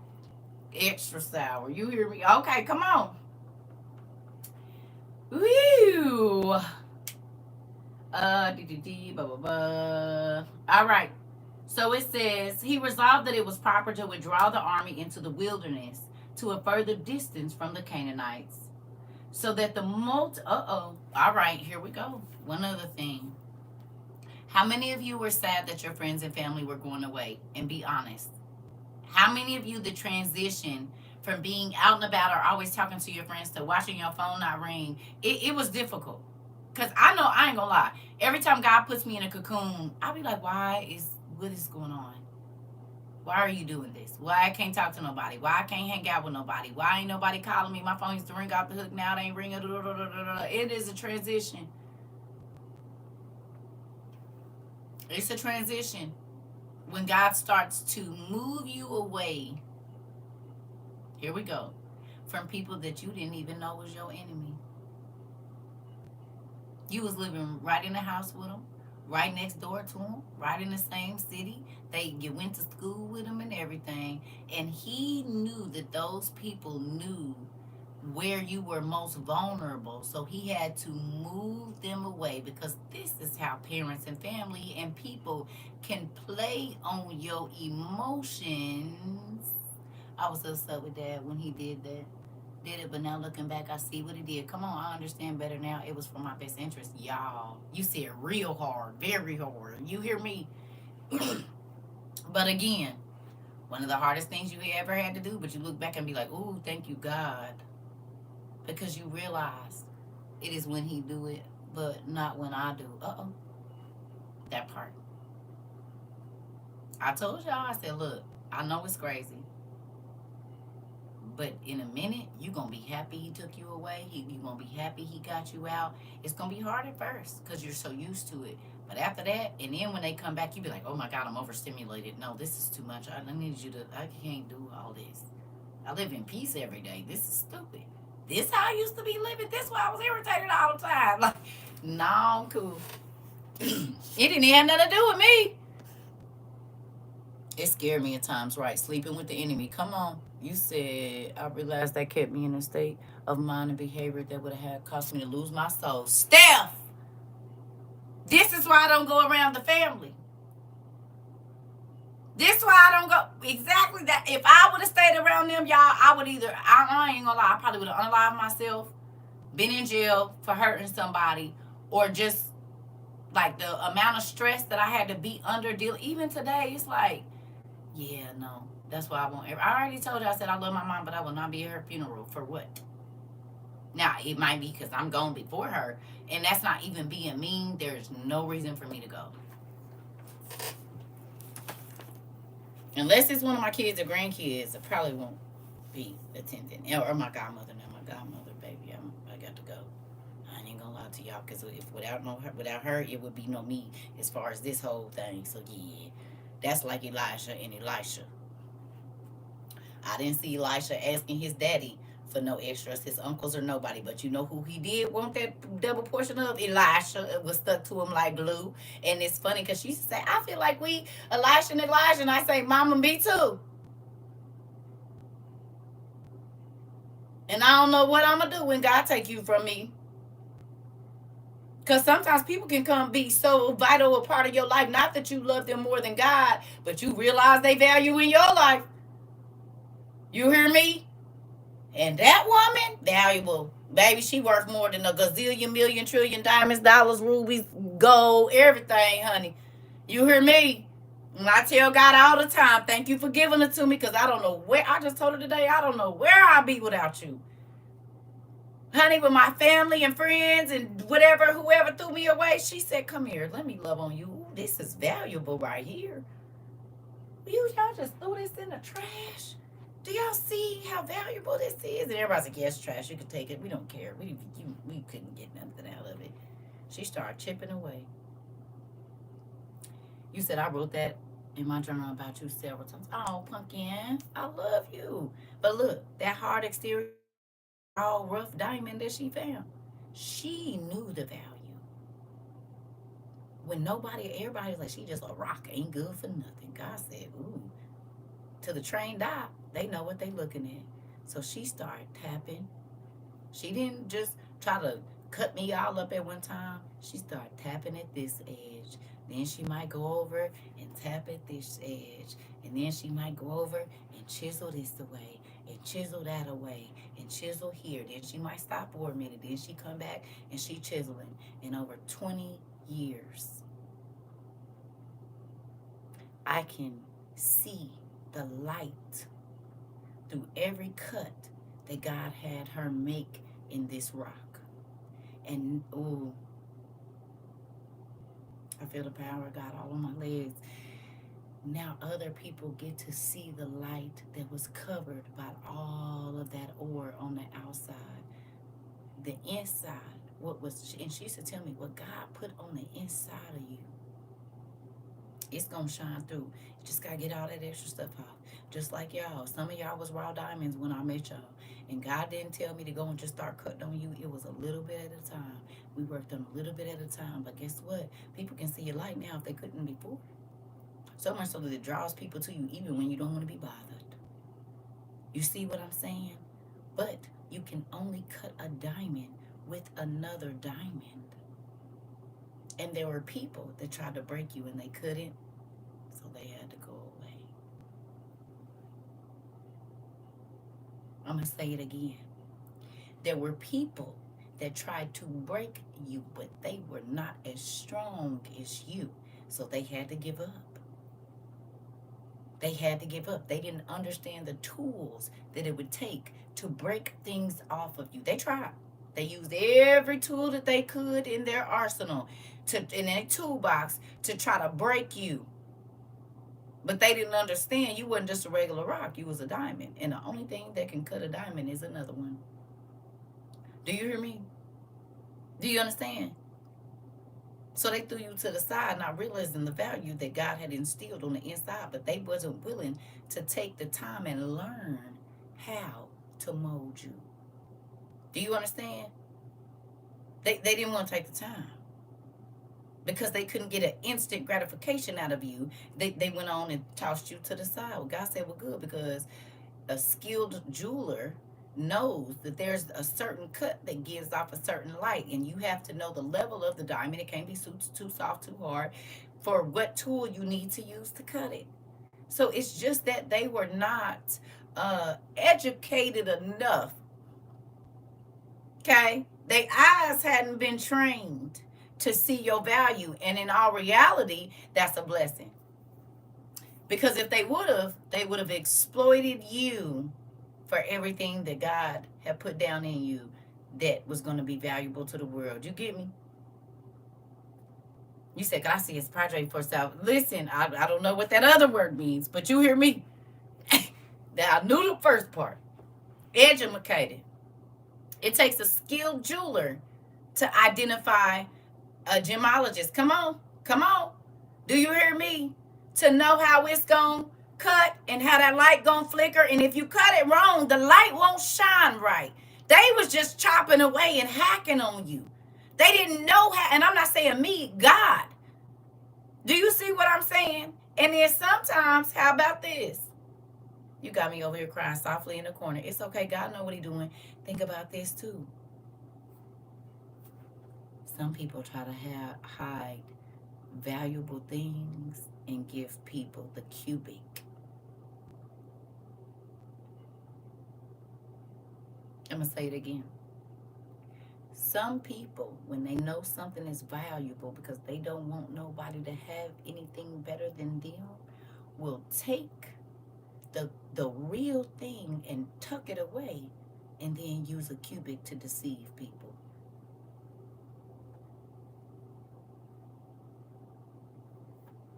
Look the same, and to the untrained eye, it's the same ring, it's the same necklace, but it takes a trained eye to see that's glass, honey, and not diamond. How many people have tried to tuck you away so people didn't listen to you, or tried to tuck you away but then turned around and tried to live your life? Try to tell people not to listen to you and then would turn around and take your words, what you instilled into them, and use it for themselves. I'm just trying to see. Excuse me. You said, woo, yes, yes, yes. Oh, yeah. Listen. Okay. So do me a favor. I want you to name 5 chisels that God had to use so that your 5 different lights could shine. What I mean by that is, what did he have to break off of your life for people to be able to see the light through you? Once the light hits you, which is God's Holy Ghost hitting you, the spirit of the word, all of that. What areas in your life, and don't type it here, I want you to write it down on your paper, time and date it. Okay, I don't want you to write it here. I know, that's why I don't want you to write it here. I want you to write down 5 chisels, because we're going to look at your life situations as the chisel. Okay? So what 5 life situations did you have? And it could be years ago, it could be now, something that stopped you and he was like, oh yeah, you didn't get to worry about that, or whatever it was that he chiseled on you. He used to chisel you, to cut you, to break things off, to make you a better person. I want you to write down 5 things, not here on your paper, please. I'll be right back. Excuse me.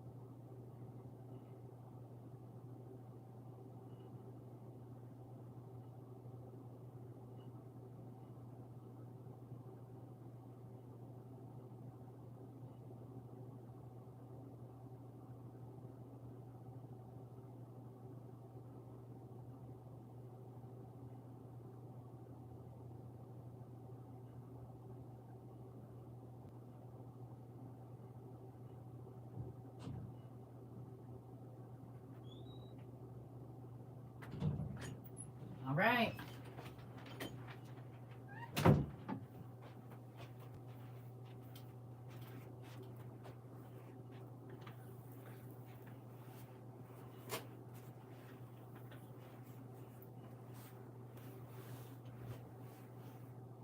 Y'all ready? We're going to get on down through here.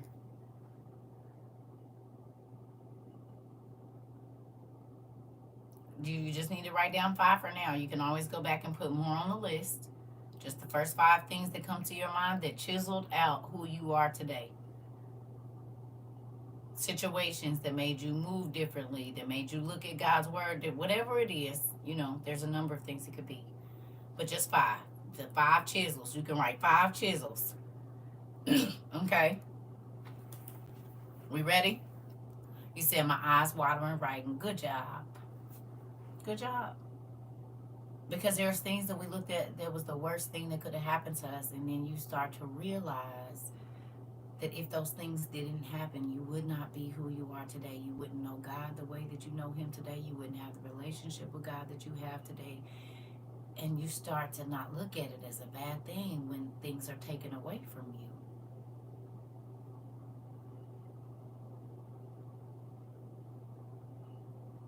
Because you understand that it's so people can see your light.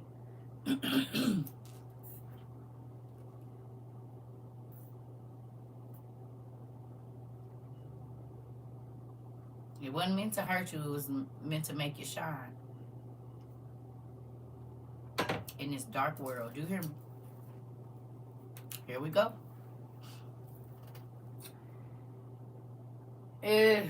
All right. So, and he went further into the wilderness, and intending there to let them rest. Ooh. And he went further into the wilderness, and as intending there to let them rest. Who feels like you've been able to rest easier since you've been in WOIU? Anybody? You feel like you get better sleep? Overall, maybe not every night, but overall, have you slept better since you've been a part of the community? You don't toss and turn in your bed all night. God gave you some rest. He separated you from your enemies, and now you rest peacefully. You ain't tossing and turning. You said this class cured my insomnia for the most part. Come on. God did. But do you see how when you allow him to separate you, you don't even realize what's keeping you up at night, and it's all the stuff that don't got nothing to do with you. Crazy, right? Trying to tell you. God is good. All right, here we go. It says, and not to permit them to fight the Canaanites before God should afford them a more favorable opportunity. How many things did I tell? Okay. In the beginning of this, y'all saw me fighting certain fights. And then after a while, I was like, I'm not about to argue with you. It's a fight I don't even care to fight.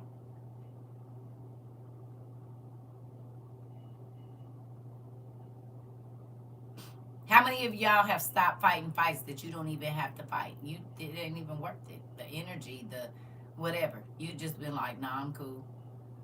I don't even want to get into that. I don't even want no parts of it. I don't want nothing to do with it. Do whatever y'all gonna do. Just don't involve me. You realize how many battles you was fighting that you shouldn't have even been a part of?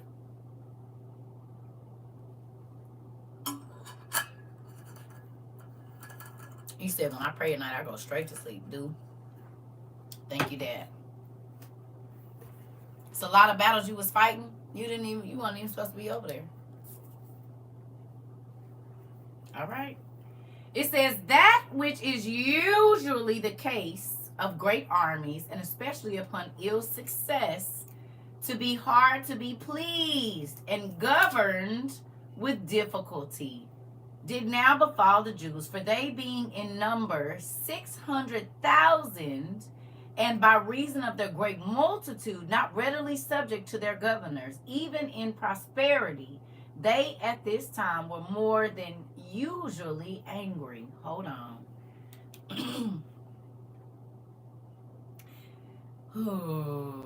Did we not just talk about that? How all the prosperous people is always mad. You got more than me. You got more money in the bank. You got better status, bigger house, bigger car, better clothes, whatever. But you always mad. You always irritated. God is blessing you and you're still irritated. You're still living in prosperity. Why are you mad? Always miserable, girl. Why is you upset? Anybody ever ran into anybody like that?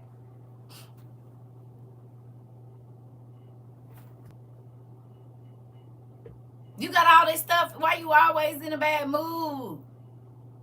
You said I was an angry one. Uh-oh, Auntie. Auntie said, well, yeah, I was an angry bird.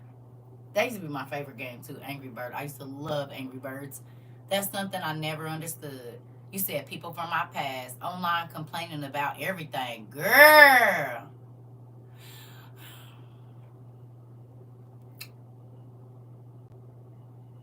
Here we go.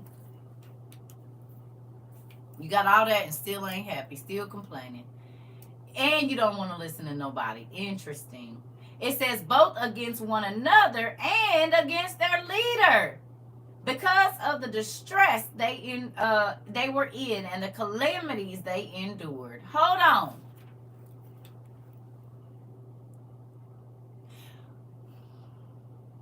Y'all remember me telling y'all that there was people in our community that just caused problems just because?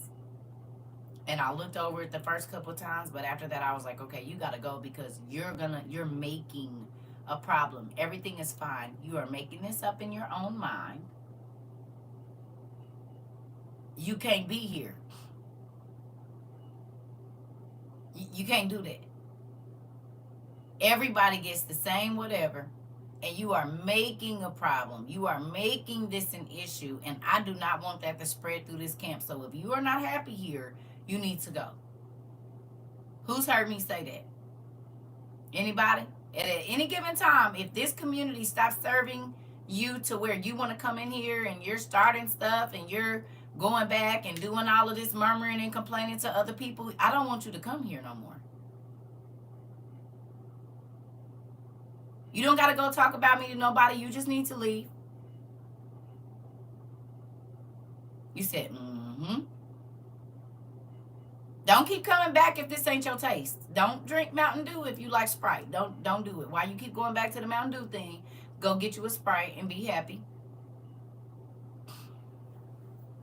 Don't do it. If you don't like the way I lead my class, there's other classes. You just go get to that one. You don't gotta come over here. All right. It says because of the it says such sedition overtook them. What is the definition of sedition?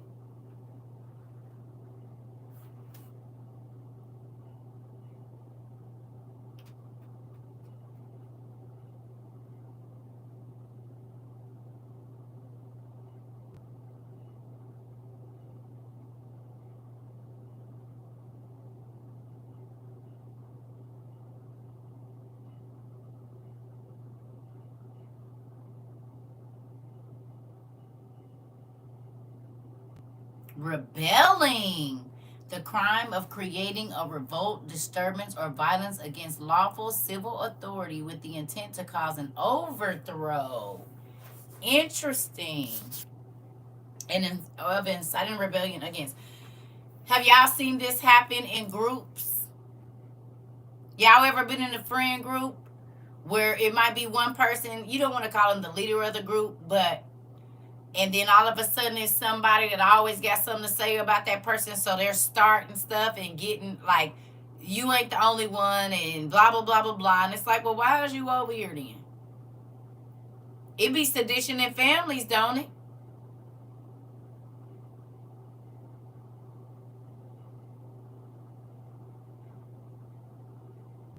Who made you the leader? You got everything you want, and you still want to cause trouble. You said, now I remove myself, will, in a heartbeat. This is my family that I'm reading about right here. Moving on, I'm trying to tell you. It says such sedition overtook them as we have not the like example either among the Greeks or the barbarians. So this mess didn't happen. This amount of arguing and drama didn't even happen in the Greeks or with the barbarians. So if you think about Game of Thrones, the Dothraki, how they conducted themselves, they was more chaotic than that. By which they were in danger of all being destroyed, but were notwithstanding saved by Moses, who would not remember that he had almost been stoned by them. Okay, so let's run this back. God gave y'all Moses. Moses told y'all don't go meddling with the Canaanites. You went over there anyway.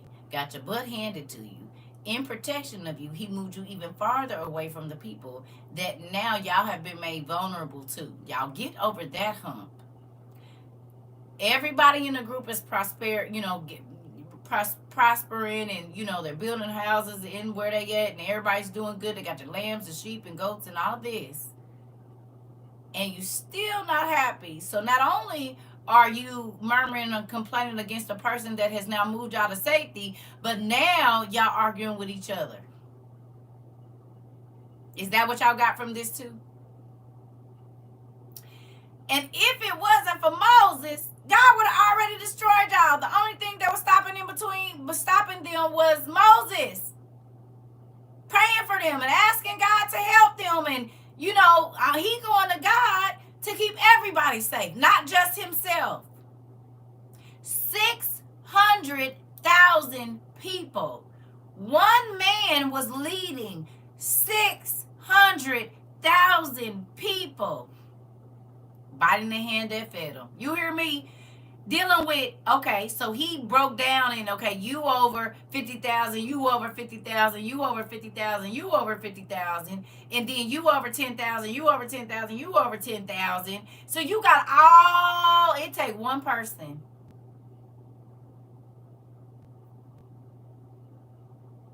One.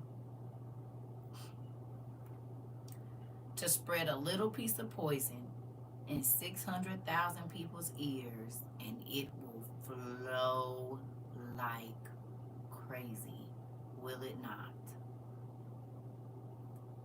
All they gotta do is, I don't know who Moses think he is, he ain't the, and then even if they don't say nothing, then the devil gonna be like, yeah, because who he think he is, and he ain't the only one, and this and that, and then they talk to somebody, and before you know it, 450,000 people is mumbling and complaining.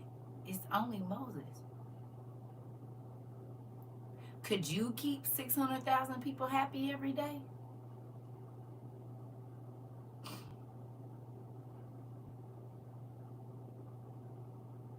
Would you be able to handle 600,000 people telling you about how they feel about how you move every day and still get up and do the same thing and pray for them and do all of that? Would you be able to do it? Knowing you got 600,000 people rolling their eyes at you and murmuring about who you is and would you want to go back every day? Would you even want to go to God and pray for them? Being honest.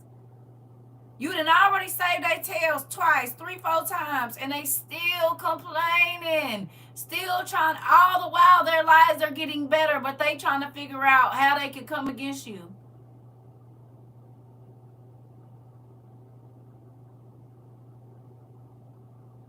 You ever tried to help somebody and they were stabbing you in the back the whole time? You trying to help them with their life and they trying to figure out how to ruin yours. Hey. That's the main character energy. I'm more of a supporting character. Heck no, they would have been through fooling with me. You said hell no. I said hell no. It only takes one. Yep. Absolutely. Okay. Yeah. Ain't that crazy how that works? You'd be like, what is wrong with you? Are you? And then okay. Y'all realize these is the same 600,000 people that was about to stone. 600,000 rocks. It don't matter if they little.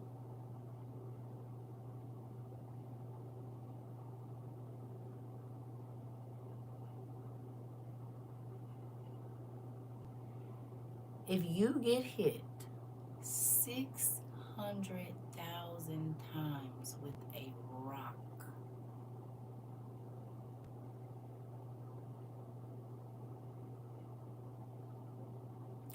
The very people you could have let drown, the very people you could have let uh, get unalive, you could have let. Moses was free. Did he have to go back and get them out? He put his life in jeopardy to free these people, and then they turned around talking about taking his. They didn't go stand in front of Pharaoh.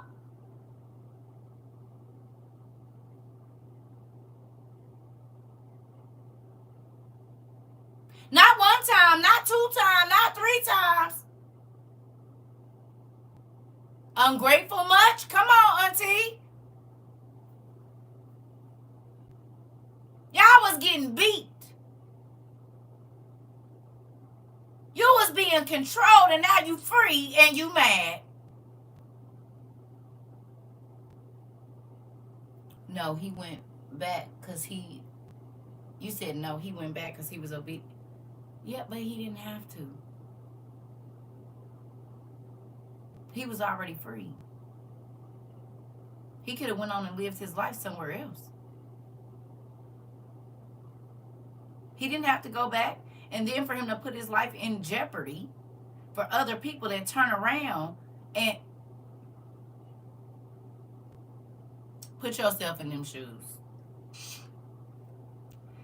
Pharaoh had a whole army. It was niggas standing right there that could have chopped his head off with one swing. He could have not even got out the words he was going to say, and they could have chopped. The king could have made a move, and Moses don't know that means chop his head off right there. It ain't like we ain't seen it in a movie where a person be talking and you only see them and the person they talking to, and then shh. And while they still, their eyes is still open and their mouth is still moving, their hair go one way and their body go another. Have we not?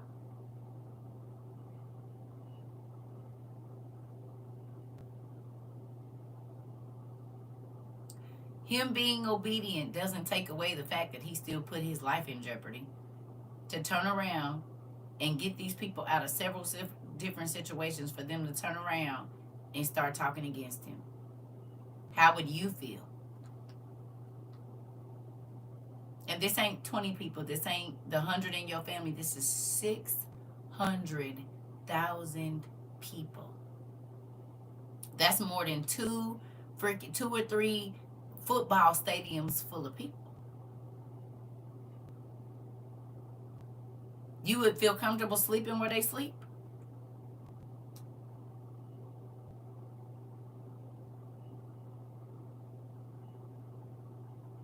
And they didn't already told you they'll kill you?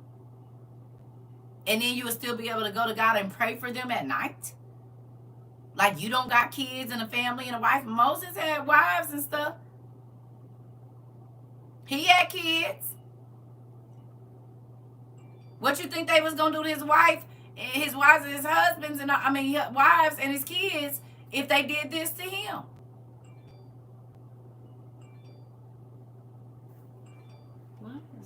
Hold on now.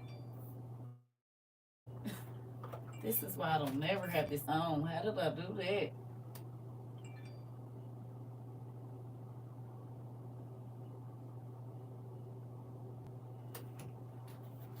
How was that even sounding?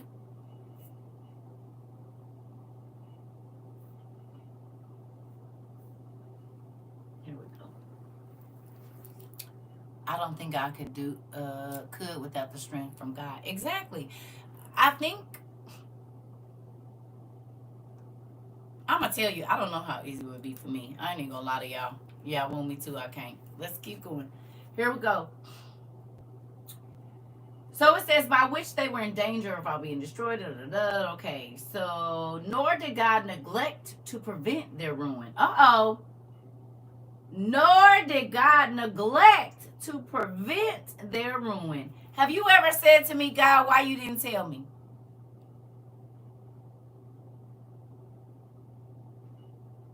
You said, I did.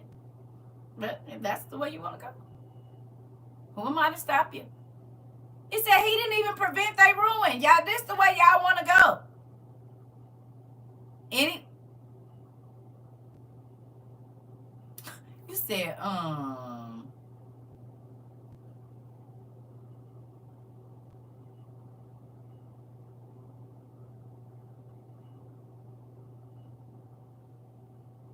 you ever ask God why he didn't prevent your ruin? This is why I don't want free will. Listen, he said they are going to learn the hard way. I'm trying to tell you. Do what you want to do. Fine. Go on and bump your head then. He said, I'm not about to, I done already tried to stop you. I'm over that. So whatever happens, happens. God, please don't get to that point with me, please. Here we go. Mm-mm-mm. But notwithstanding the indignities they had offered their legislator and the laws and their disobedience to the commandments which had been sent them by Moses, he delivered them from these terrible calamities which without his providential care had been brought upon them by this sedition. So the fact that they started acting crazy, talking crazy, arguing with each other, and just being ungrateful, God said, I could have let y'all die right where y'all was at. So I will first explain the cause whence this sedition arose, and then we'll give an account of the sedition itself, as also of what settlements Moses made for their government after it was over.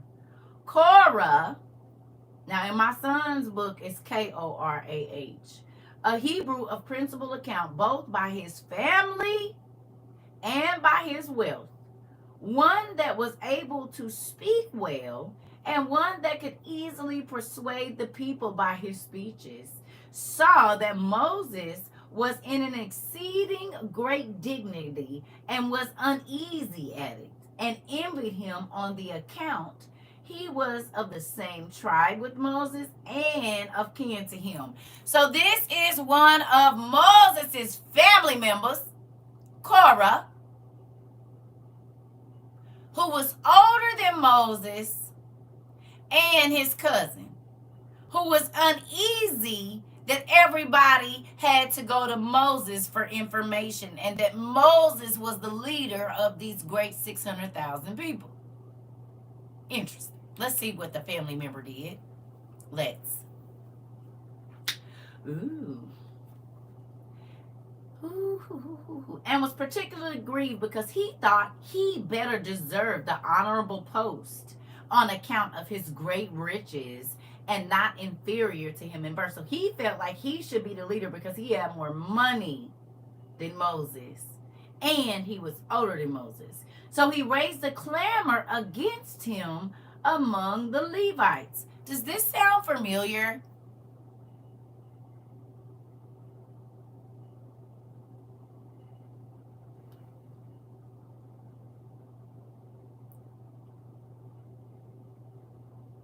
Do it.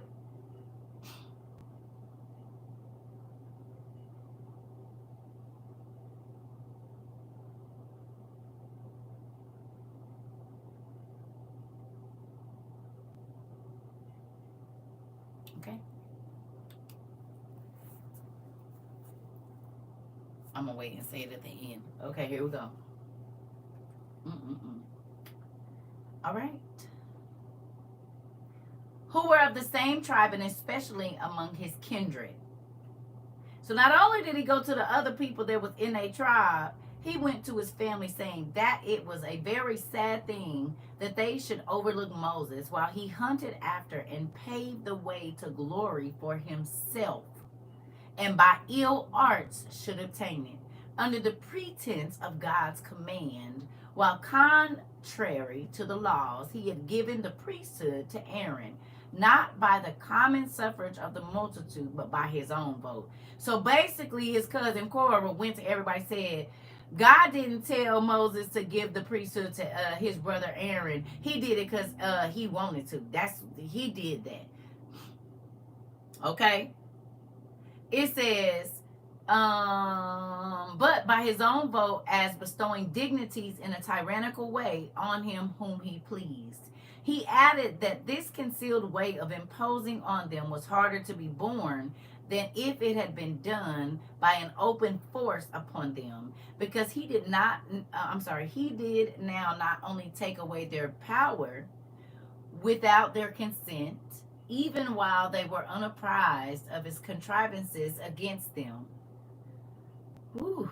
For whosoever is conscious to himself that he deserves any dignity aims to get it by persuasion, and not by an arrogant method of violence. But those that believe it impossible to obtain those honors justly make a show of goodness and do not introduce force, but by cunning tricks grow wickedly powerful. Is this sounding familiar to you? So his cousin said, he didn't get that because God gave it to him. He didn't use tricks. He took it away by power. He took it away by force. He didn't took away our rights by force. Does this sound familiar? They're taking all the jobs. They're eating the dogs and cats. We are the superior race.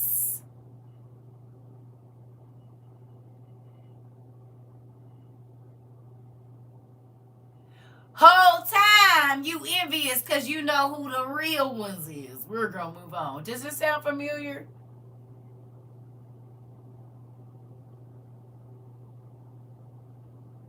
Any of it? Ain't this what DT did?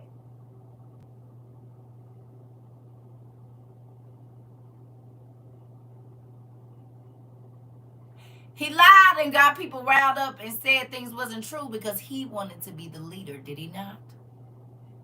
He got people fighting against each other right now, does he not? Because he, by deception, wanted to be the leader.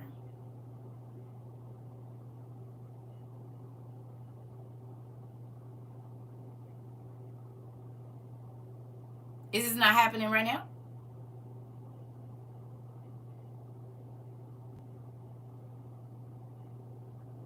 He got people started up telling lies. He wanted to be the leader. He wanted to be the important person. He wanted to be the person that everybody was talking about. Does he not?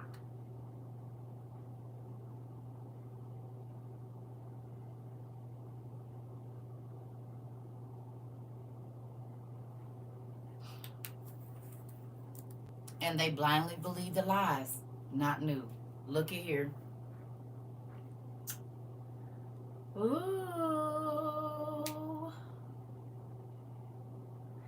It says that it was proper for the multitude to punish such men even while they think themselves concealed in their designs, and not to suffer them to gain strength till they have them for their open enemies.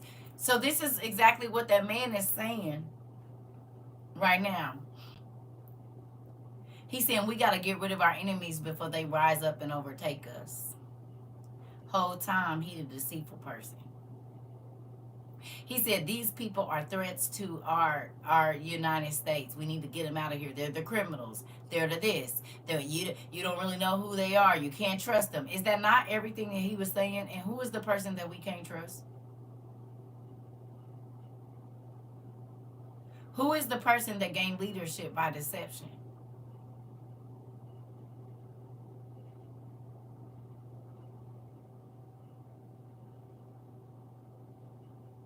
Look at them, look at them. They're wrong. They do this, they do that, they do this, they do that. Why are you listening to them? All of this. They're not telling you the truth. They're not this. They're not who they say they are. And who the whole time is not who they say they were.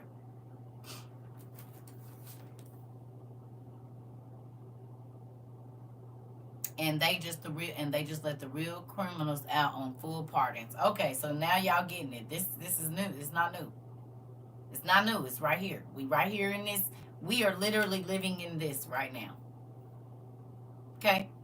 I read it and I was like, wait a minute, this is happening right now. Right now. Okay? Here we go. So it says, and not suffer the it says, for what account, added he, is Moses able to give, and why has he has bestowed the priesthood on Aaron and his sons, For if God had determined to bestow that honor on one of the tribe of Levi, I am more worthy of it than he is. I myself being equal to Moses by my family, and superior to him both in riches and in age. But if God had determined to bestow it on the eldest tribe, that of Reuben, might have it most justly.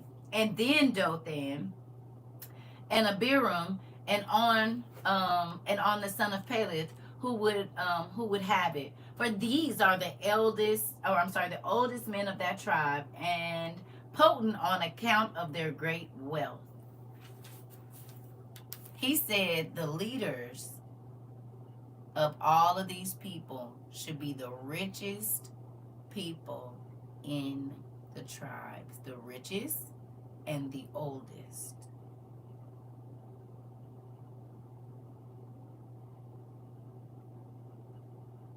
The whitest and the richest are the people that should lead these people. Why are you listening to people that are not as rich as us?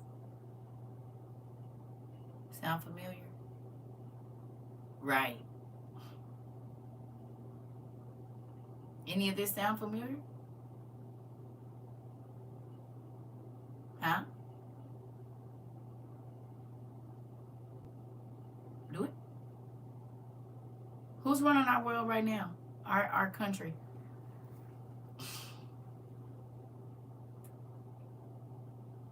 Everybody in office is a what?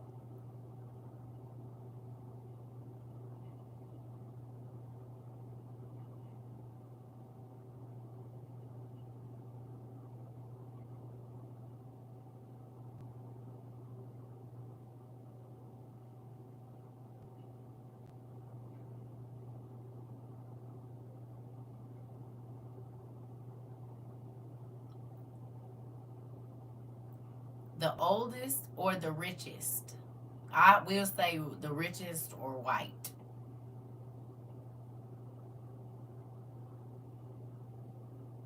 They're either the richest people or they're white. Back then it was rich and old. Right now it's rich and white. Billionaires run our country, and they said we are able to run a country because we know how to make $1 billion. But because they were ruling, it was a whole bunch of drama and chaos and people fighting against each other. Ain't that crazy? So are we seeing the same thing happen now that happened back then? When they started whispering in the crowd, there was sedition and rebellion. Matter of fact, did he not cause a sedition on January 6th?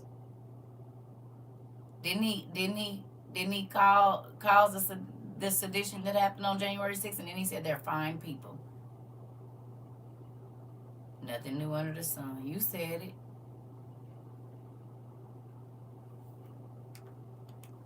Okay. It says, now Korah, when he said this, had a mind to appear to take care of the public welfare. But in reality, he was endeavoring to procure to have that dignity transferred by the multitude to himself. I'm going to read that again.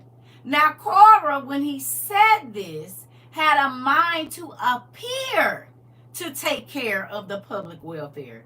But in reality, he was endeavoring to procure to have that dignity transferred by the multitude to himself. Interesting or no?